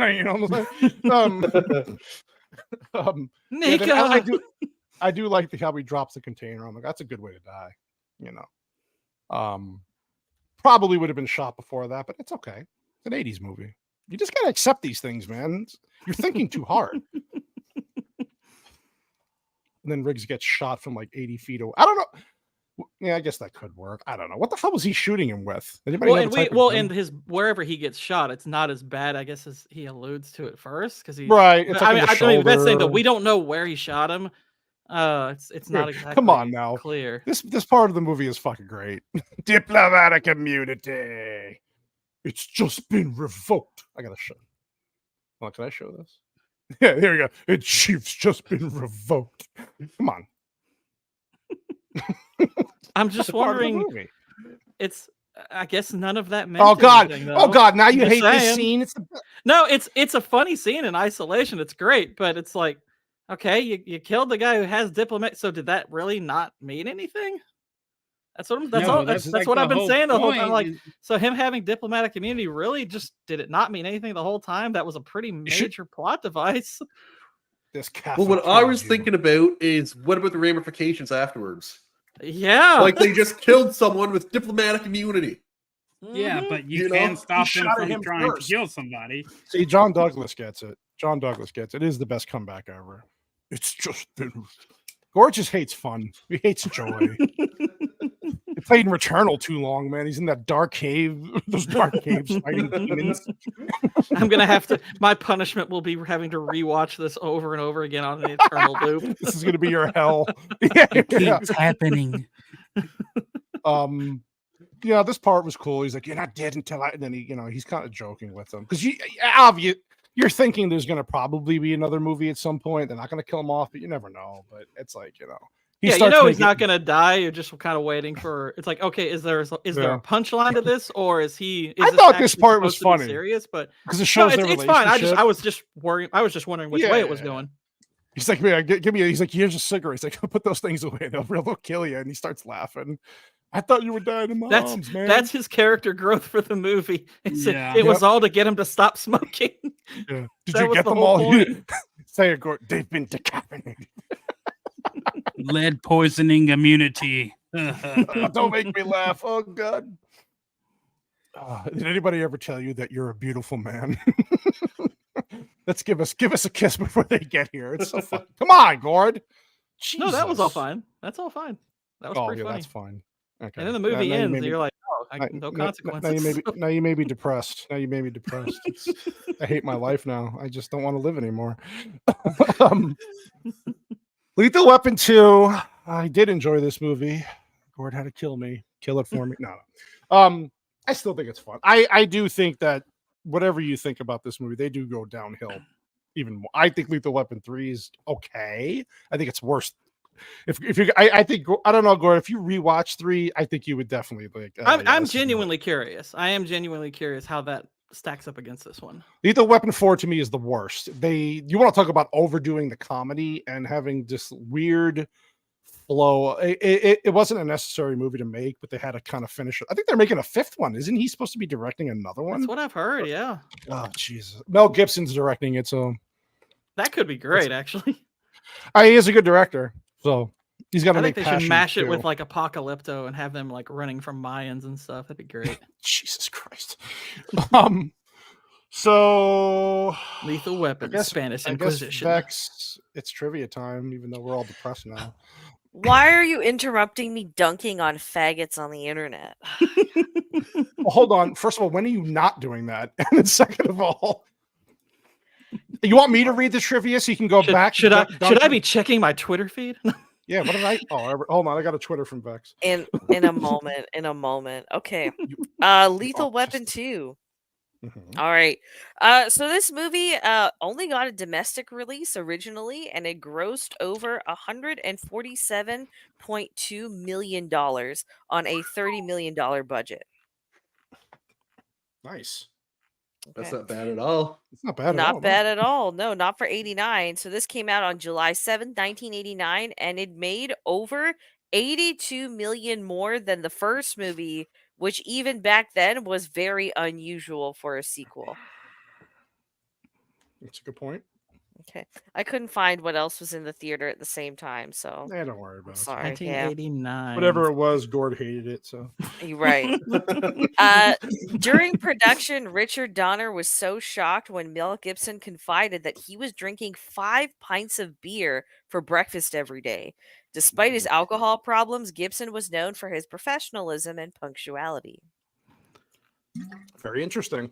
5 pints of beer, and he still had a body like that. Oh, is this true? Yeah. It came out at Yeah. the same time Batman? Same time as Batman, Dead Poets Society, wow. Glory, Last Crusade. Oh, you mean when they made good movies? Cool. Yeah, those are good movies. Holy shit, that's a lot of competition. Okay, sorry. When Harry Met Sally, there's some good ones. Jesus. The scene where Mel Gibson attaches cables to the stilts of the mountaintop house and pulls it down cost over $500,000. That's expensive rock. That's man. actually not. That doesn't sound like that much, to be honest. That's for an a expensive California rock. house. Well, I guess it wouldn't necessarily 500 be in California. But Yeah, $500,000 in '89, though. Think about it that way. True. Yeah. Ouch. Despite the film's anti-South African stance, it passed uncut by South African censors and became a major financial success in that country. I'm glad they have a sense of humor. They probably thought it really happened. Lovers. Patsy Kensit described her sex scene with Mel Gibson as having been very uncomfortable to act out. She stated that the reason was that she and Gibson were both married and both Catholics. Oh, please, they enjoyed it. Give me a fucking break. Yeah, it's like, I'm sure. Yeah, I was real uncomfortable when they signed my check, and I sold myself over to it. That statement was followed by wink. Very uncomfortable. I saw Mel Gibson's wanker. So, Renee in part 3 definitely said no. I wanted that. It should have been me. Oh God, yeah, yeah. She goes. She really liked Mel Gibson. Oh yeah. She got naked for Pierce Brosnan too in that Thomas Crown Affair. movie. Yeah, her boobies were out. Yeah, that was nice.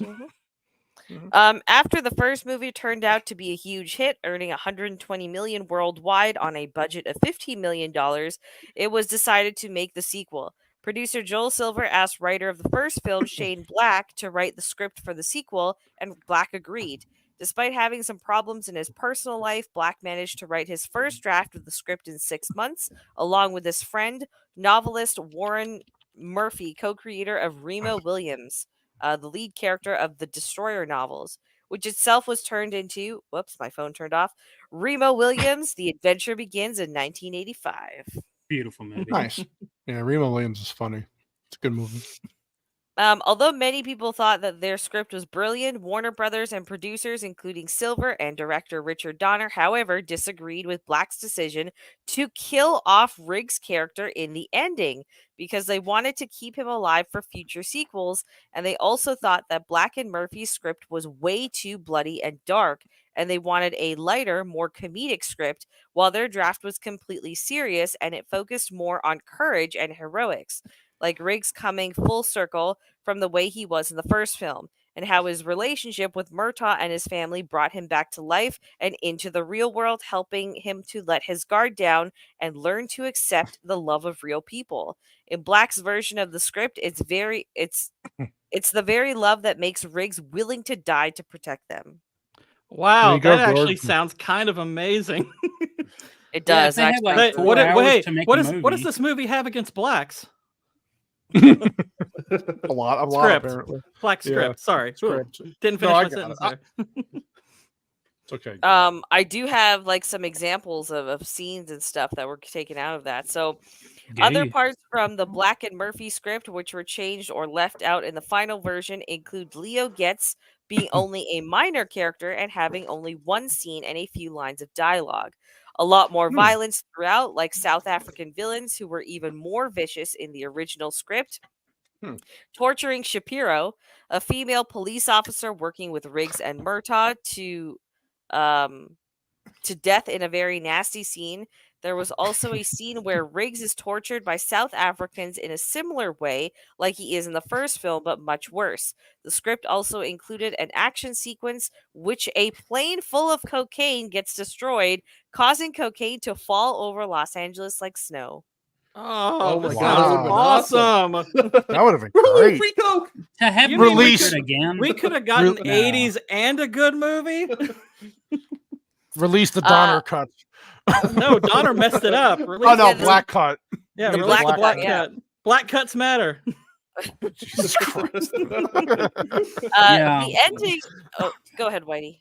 No, I'm just being pissy. Shut up. Just go.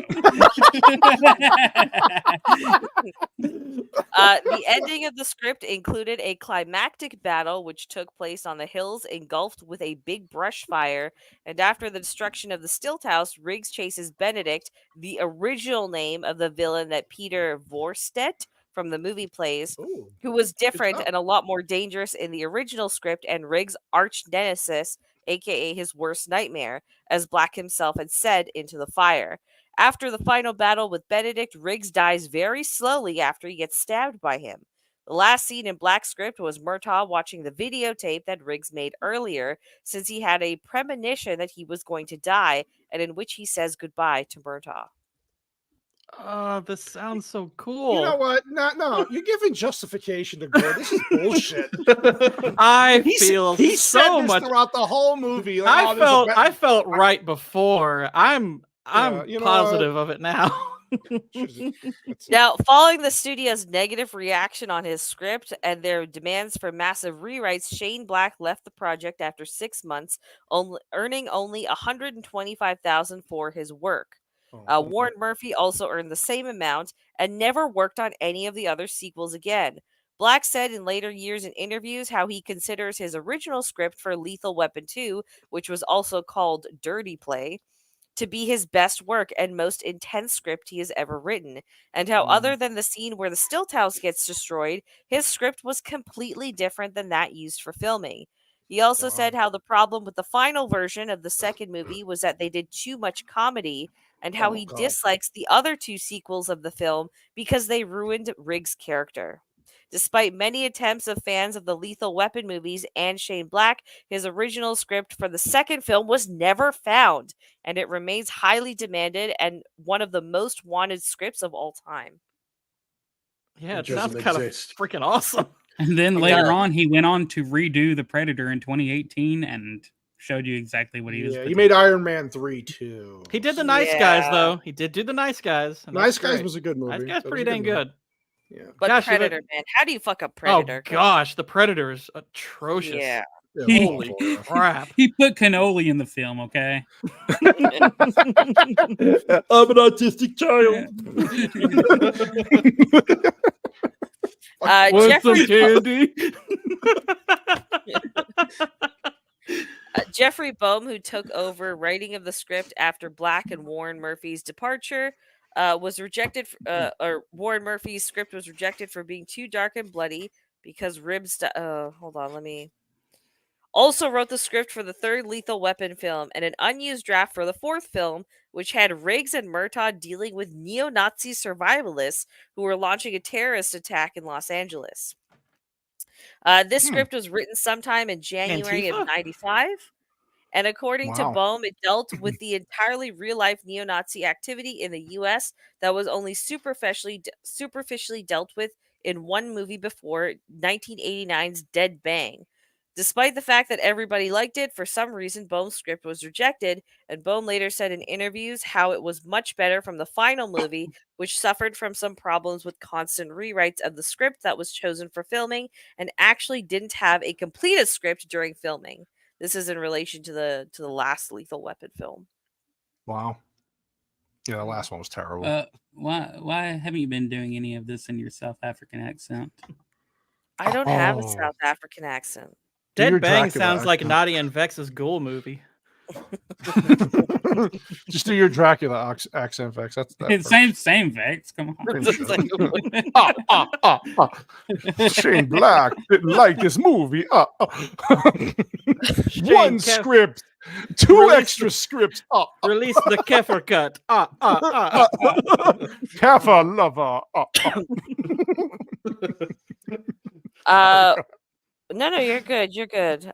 Jeffrey Bell. Hold on. I think I accidentally put two of the same trivia in here. God damn it. Oh, okay. Dumb bitch.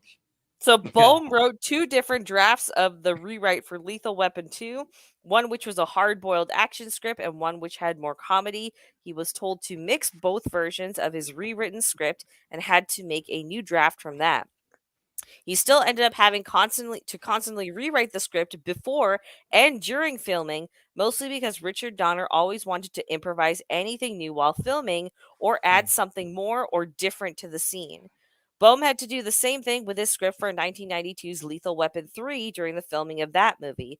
Another screenwriter, Robert Kamen, mentioned in a 2012 interview how during the time when he was working as a screenwriter for Warner Brothers and would often do a lot of uncredited work on their films, he also worked on Lethal Weapon 2 and 3. He said how amongst a lot of the stuff he added into the Lethal Weapon 2 script during rewrites were all the parts with the South African villains.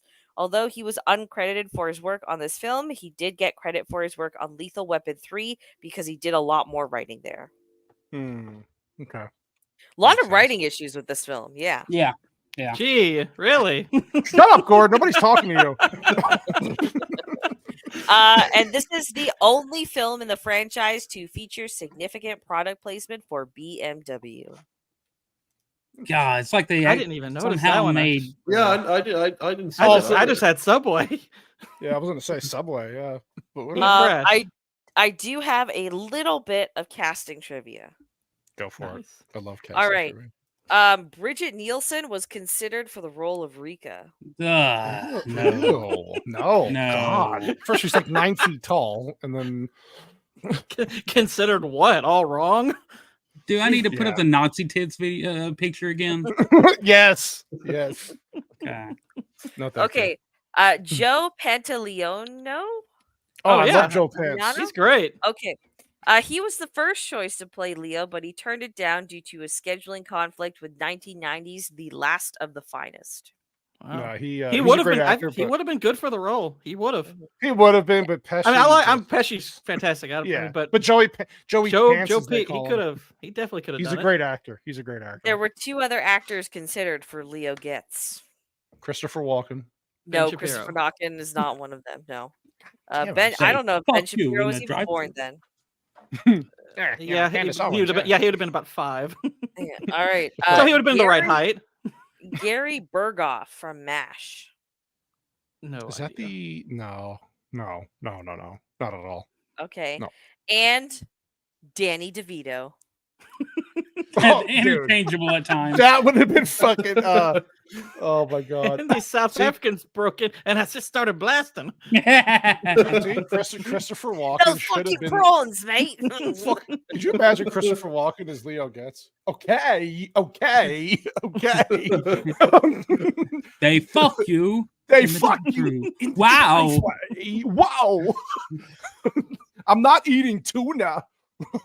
Okay, go ahead. Got a fever, and the only cure is money laundering. I shouldn't have opened the door. I'm sorry. My nose. I love it. That's all I have. That's it. Okay, cool. Wow. Whoa. Oh god. that was great. That was challenging to get through. Jesus, Gord, thanks for. It was like a workout doing this movie with you. All right, let's go around and. I'm depressed now. Let's go around and get our ratings and thoughts. Gamer Geek, love it. Give us your final thoughts on the movie, and then you want to give us a rating. You can give it out of 10, out of 100, like however you rate a movie. Go ahead. Well, if I had to describe my thoughts of it, it is a stupid comedy, but not stupid as in the sense as it's dumb. I mean, like, it's just the type of comedy that's in it, I guess. You can't really think about it. You just have to watch turn your brain off. It's playful. Yes. Yeah, and I'd say like those types of movies personally, I love. Like the parody movies too, like Meet the Spartans, Scary Movie, and all that stuff. So I'd have to say probably around an 8 out of 10. Okay, that's fair.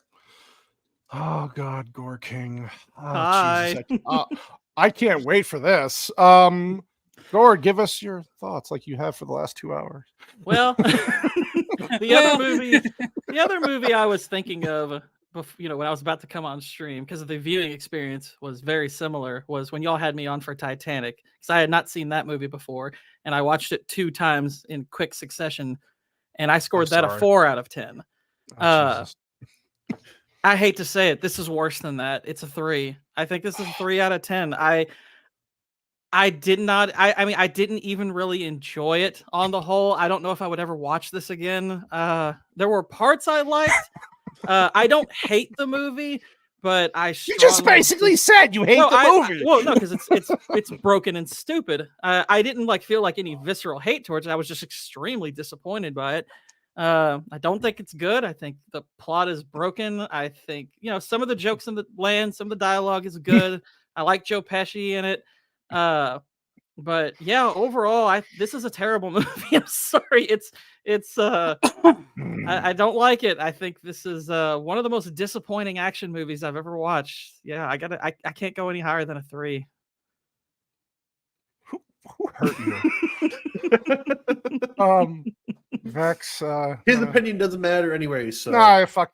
He's a pumpkin. Pumpkins. It's a 21st century. Being right doesn't mean anything. All right, Vex. Go ahead.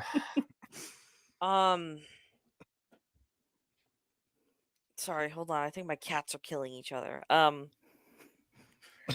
like this movie a lot. Mel Gibson's pretty sexy in it. So it has that appeal there. It does have some script issues. I do agree with you, Gord. Like, you can't ignore them. Yeah, of course. I do agree with the pacing issue and the tone issue. I do much prefer like the original darker script that Shane Black clearly had. I think that would have been more in line with the characters that we got in the first one. And it definitely would not have, again, like the romance, it really brings down this entire movie. Despite all of that, I really enjoyed this sequel. I think I would mark it as one of the best sequels for any movie ever, because I feel like for all the faults that it does have, it does a lot of things right. I think the chemistry between Riggs and Murtaugh, especially, it is just dialed up to 100 compared to the first movie. And I love the way they play off of each other. They're great. Their chemistry is fantastic. Yeah. Yeah. And this okay, is like, fine. So you're giving it a 4 then, right? So I would gladly watch this movie again just because it is so much fun and they have such great charm together on screen. So I'm gonna give it a 6 out of 10. Oh, hold on. Sorry. I'm gonna give it 6 fucking prawns, mate. Out of fucking 10. prawns. And mine, as I put in the chat, 3 Kefir cuts out of 10. Waylon, thank you for the super chat. They will always fondle you in the drive-thru. I appreciate the super chat. Yes, they will. And this is for you. Good morning, ma'am. Up yours. The Kefir cut. All right, Gamer Geek. What were you gonna say, buddy? I was gonna say, I wonder what drive-through that's at though, because I might want to take a swing. He's like, can I go to that drive-through? You get fondled in the drive? I need but just for like scientific reasons, right? Like nothing creepy or nothing like that. No, just for research purposes. Yeah, I get it. I know like Vex really like this movies because they use the word kafir a bunch of times. And you know me. You know me she so well. Definitely. You know what? You're right. They do use that a lot. 3.5. She can sympathize. She can empathize with the South Africans. I'm saying. White Bear. Go ahead, buddy. Give us your thoughts. I'm gonna save you from this Sydney Sweeney tits this week. So here you go. All right. Oh, so, yeah. There you go. There you go. Oh my about god. those two. Oh god. Those add 2 points to the score right there. This movie for me, yeah, Gord, for him. Listen. To me, I mean, yeah, I told you before, it's not better than one to me, just because one is fantastic. It sets up a lot of story, and I wish that they'd had some darker undertones in this movie, but this was to become how they set up the rest of the movies. Yeah. It defined the buddy cop genre.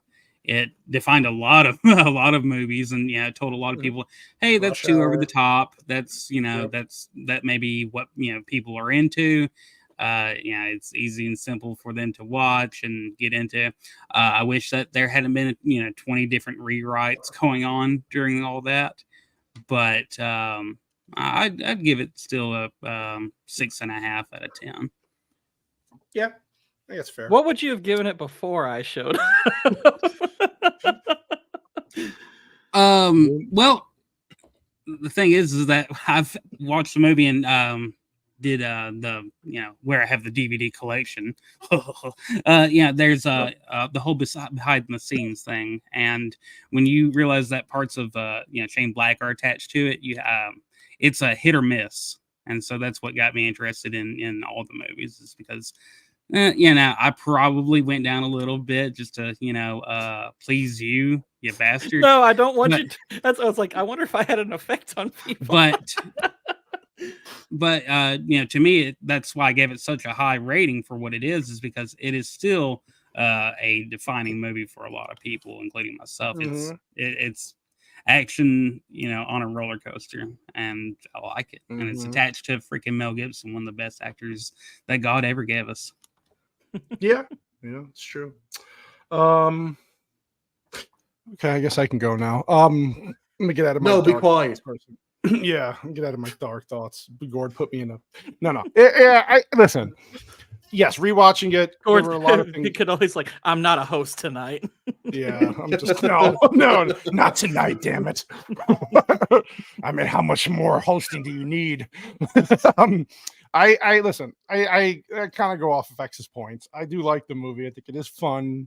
Are there problems with it? Of course. There's a lot of plot issues, convenience. The whole thing with the love story was dumb. The thing with the guy that was the guy who killed his wife. Yeah, of course. Nobody's saying it's perfect. So I'm not going to be B.A. Turner here and be like, oh man, it was a 9 out of 10 because it was it changed my life. No, I kind of fall in line with everybody else. I would give it a 6.5 out of 10. I think it does have rewatchability because it is fun. It's funny. They all go super downhill after this movie. They get much worse to me. So while those movies are watchable in parts, they're pretty bad. So I'm going to give this, 6.5 South Africas out of 10. Overall, a good time, and Gord just hates fun. So, Hey, Brad sent me a text, and he's giving this a 9.5 out of 10, so it beats Gord. Okay. Hell yeah. Nice. Hey. Good job, buddy. He said it's a boot and 9.5, so it's a boot. 9.5 a boot. Bless his Canadian heart. What a Bless socialist. His heart. He's a bastard. He probably took some of that score from the first Lethal Weapon. Nice. So that's where we're at. So thank you, everyone, even you, Gord, I guess. I don't know. Dude, this is what it was like for when I was on that Scott Pilgrim review, and everybody was like, "Oh my god, you suck! How dare you hate it?" Yeah, you do suck for not liking Scott Pilgrim. Yeah, but the heck, no Gord for putting up with all the disagreement and the chat. Yeah, but my name is literally Gord is a fag right now. So I don't... Oh my god! What do you mean he's not getting it? I think it's more just I enjoyed the heck out of it, to be honest. I was like, I know I'm coming on here. It's like I can either accept the fact that I'm gonna be on an island for this, or I can get all BA on everybody. I was like, I'm a martyr. I was like, no, because I actually like these people, and I think being roasted's fun. It's like, this is great. Yeah. Well, depression is setting in, and so it's time to end the show. So anyway, let's go around, see what everybody's got coming up. Of course, Gamer Geek. What about you, buddy? What do you got coming up on the YouTubes? Well, I'm just starting to get back on my YouTube channel there. I took a little bit of a break because we had some renovations going down in the basement. Nice. But tomorrow I will be releasing a video talking about the Stellar Blade controversy. Nice. About the whole censorship stuff that's going on with the game there. And then the day after that, I'm going to be talking about why Ubisoft is complete trash. You wouldn't be wrong. Yeah. Looking forward to that, of course. All his information is in the description. Check it out. Makes good videos, and they're fun to watch. So please support him. Subscribe, of course. Fuck you, Gore King. I'm skipping you. No, I'm just kidding. All right, Gore King, what do you got coming up? Okay, so kind of a lot going on. So tomorrow, King's Court, episode 17, 9 p.m. Eastern. We're going to be talking about the Phantom Menace, because this week is Star Wars week, May the 4th week, all that good stuff. Yeah, Vex's favorite. So that'll be a lot of fun. My meme channel, I released part 10 of my Biden Says Things series, which is the last one I had already finished. So I got to make more of those, because that one has kind of blown up. It's got over 16,000 views. Wow. Since I posted it on Friday. Nice. I've gained about 60 some odd subscribers off of that. So I'm at like 320 on there. So that's pretty cool. And in working on my Nightcrawler script, I think I might have to split that into 2 or 3 videos, because it's getting pretty lengthy. So I'm like, I think I'm going to do it act by act. And I want to make it palatable to where every act could be viewed on its own, but still as a series. But I'm almost done with the script for Act 1. Nice. So yeah, that's what I got going on. Nice. Vex, just let me guess, check your social media. Yeah, I might be somewhere tomorrow. I got a vid working. Yes, I won't be here next week though. So no. Oh, and it's the most racist movie we're going to talk about, and she won't be here. What's next week? Rise of the Planet of the Apes. Oh, it was perfect material. Planet of the Keffas. Kaffas. Yeah. I don't blame her for that. You can take my place, actually, if you want, Gord. I don't know if you're. I'd do Rise of the Planet of the Apes. It's a good movie. Yeah, there you go. Cannoli, see, I got you a fill-in. Perfect. Oh, there you go. I'll do trivia if you need me to. See? No, but yeah, I'll be around on some streams. Female Perspective is this Friday on Sassy's channel, so you can go check that out. Fallout video is still in the works. I've got a deadline to meet though this week, so I might end up just pushing it. Tentative working title is Fallout. It's not woke, you're just stupid. So look out for it. Nice. Oh, I should imagine that would get some clicks. Yes. Looking forward to that as always. And White Bear, your fucking shorts are killing it lately, dude. Well, thank you. Yeah, thanks to OJ dying, the one of the shorts that was released about a month ago, or more, hit like 130,000. So that's rocking, and mucho subscribers from it. But nothing coming out this week so far. I will be on some gay fag show tomorrow, talking about a good movie, Star Wars, and Wait, did you say The Phantom Menace was a good movie? I think it's a good movie with some bad actors in it, or actually bad directors, like not working with people on how to say words. Okay, that really hurt the movie, but I'll go into that tomorrow. Stay tuned. You should watch Gore King's channel for that review. It's going to be fun, or not. Okay. It could suck ass. So either way, listen to me. Just listen. Okay. All right.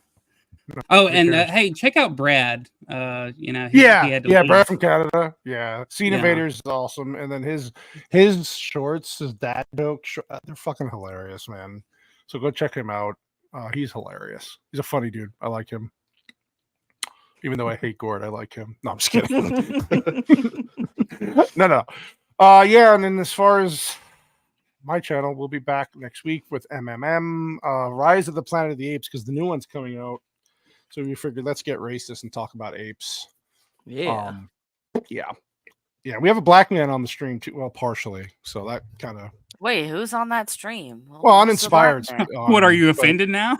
He's Uninspired's on, so he kind of counts, but not really because he's French. I missed the week that Uninspired is finally Yeah, on. dude, you're kind of a bitch for that. Oh man, you're right though. Fuck. No, yeah, it's God okay. Damn it. You'll be with us in spirit, racism and all. We'll be sure to leave a spot And for you. Ryan Roger Athe is here. Ryan Roger Athe, Uninspired. Yeah, I mean, there's going to be a lot of. You're missing out, but it's okay. There'll be other times, of course. There's like 3 sequels that we can do, so. Yeah, we'll do it. Yeah, then the other ones get better. So yeah, of course. I actually like Rise. I like the Planet of the Apes trilogy. The last one. Dawn is spectacular. I don't remember the last one. In all honesty, Dawn is the second one. Dawn's the second one. Second one's the best one. one. Second one's Dawn. the best one. Dawn is. Oh my gosh, that movie's fantastic. It's a good movie. Matt Reeves actually made a good movie. That's his best movie. That is his best movie. That was his peak. It's his peak movie. Yeah, it is. It's Planet fantastic. of the Apes so are terrible. we'll be doing that eventually down the road. Do you have anyone on for the Cannoli Connection this month? I do. So everything that's kind of been going on behind the scenes, especially with the little child's work schedule. Yes, we do. I believe, on May 17th, we have Pops on to be interviewed. Very nice. So I'm looking forward to that. I'm trying to keep that schedule. And as you know, Vex, things have been a little chaotic. So I'm trying to keep that Friday schedule, the normal time, 6 p.m. Eastern, or 9 p.m. Eastern, sorry, for that. As of right now, it should be okay. So I'll get in touch with him just to confirm everything again. But yes, Pops will be on the Cannoli Connection on May 17th. And for now, it'll stand. If anything changes, I'll let you guys know. But yeah, we'll be back next week for Rise of the Planet of the Apes. Actually, a surprisingly good movie. I did not think I was going to like that when I first saw it. It was pretty good. Yeah, same here. I was pleasantly surprised. And Matt Reeves did not do the first one, right? He only did the last 2. No, I don't remember the guy's name, but yeah, someone else did Rise. Yeah, but I remember liking it. Like I remember actually thinking, "Wow, this is actually a pretty decent intro." Oh, let's see who did Rise. Rupert Wyatt. Okay, not a bad intro. Not a bad intro. It was one of those movies that I was actually really happily surprised. Like, oh, this is pretty good. So, Sassy does not want to rewatch that movie with me because she hates seeing animals abused. I'm like, they're fucking monkeys and they kill everybody at the end. Like, what do you? Yeah, the monkeys kill everyone. The monkeys actually survive and destroy everybody at the end. Yeah, that's the perfect movie for her because the apes rise up. Yeah. Against the white. I mean, the humans. Well, there is a black guy that gets killed too, so it's kind of like an interracial thing. Anyway, on that note, we're going to go before the show gets taken down. We love you all. Thank you for the super chats. You guys are awesome. The chat itself has been fantastic as always. We love you for the support. And go check out any previous streams we've had on the channel, any interviews. They're all there. We love you. We'll see you next week. And that's it. Bye. Bye.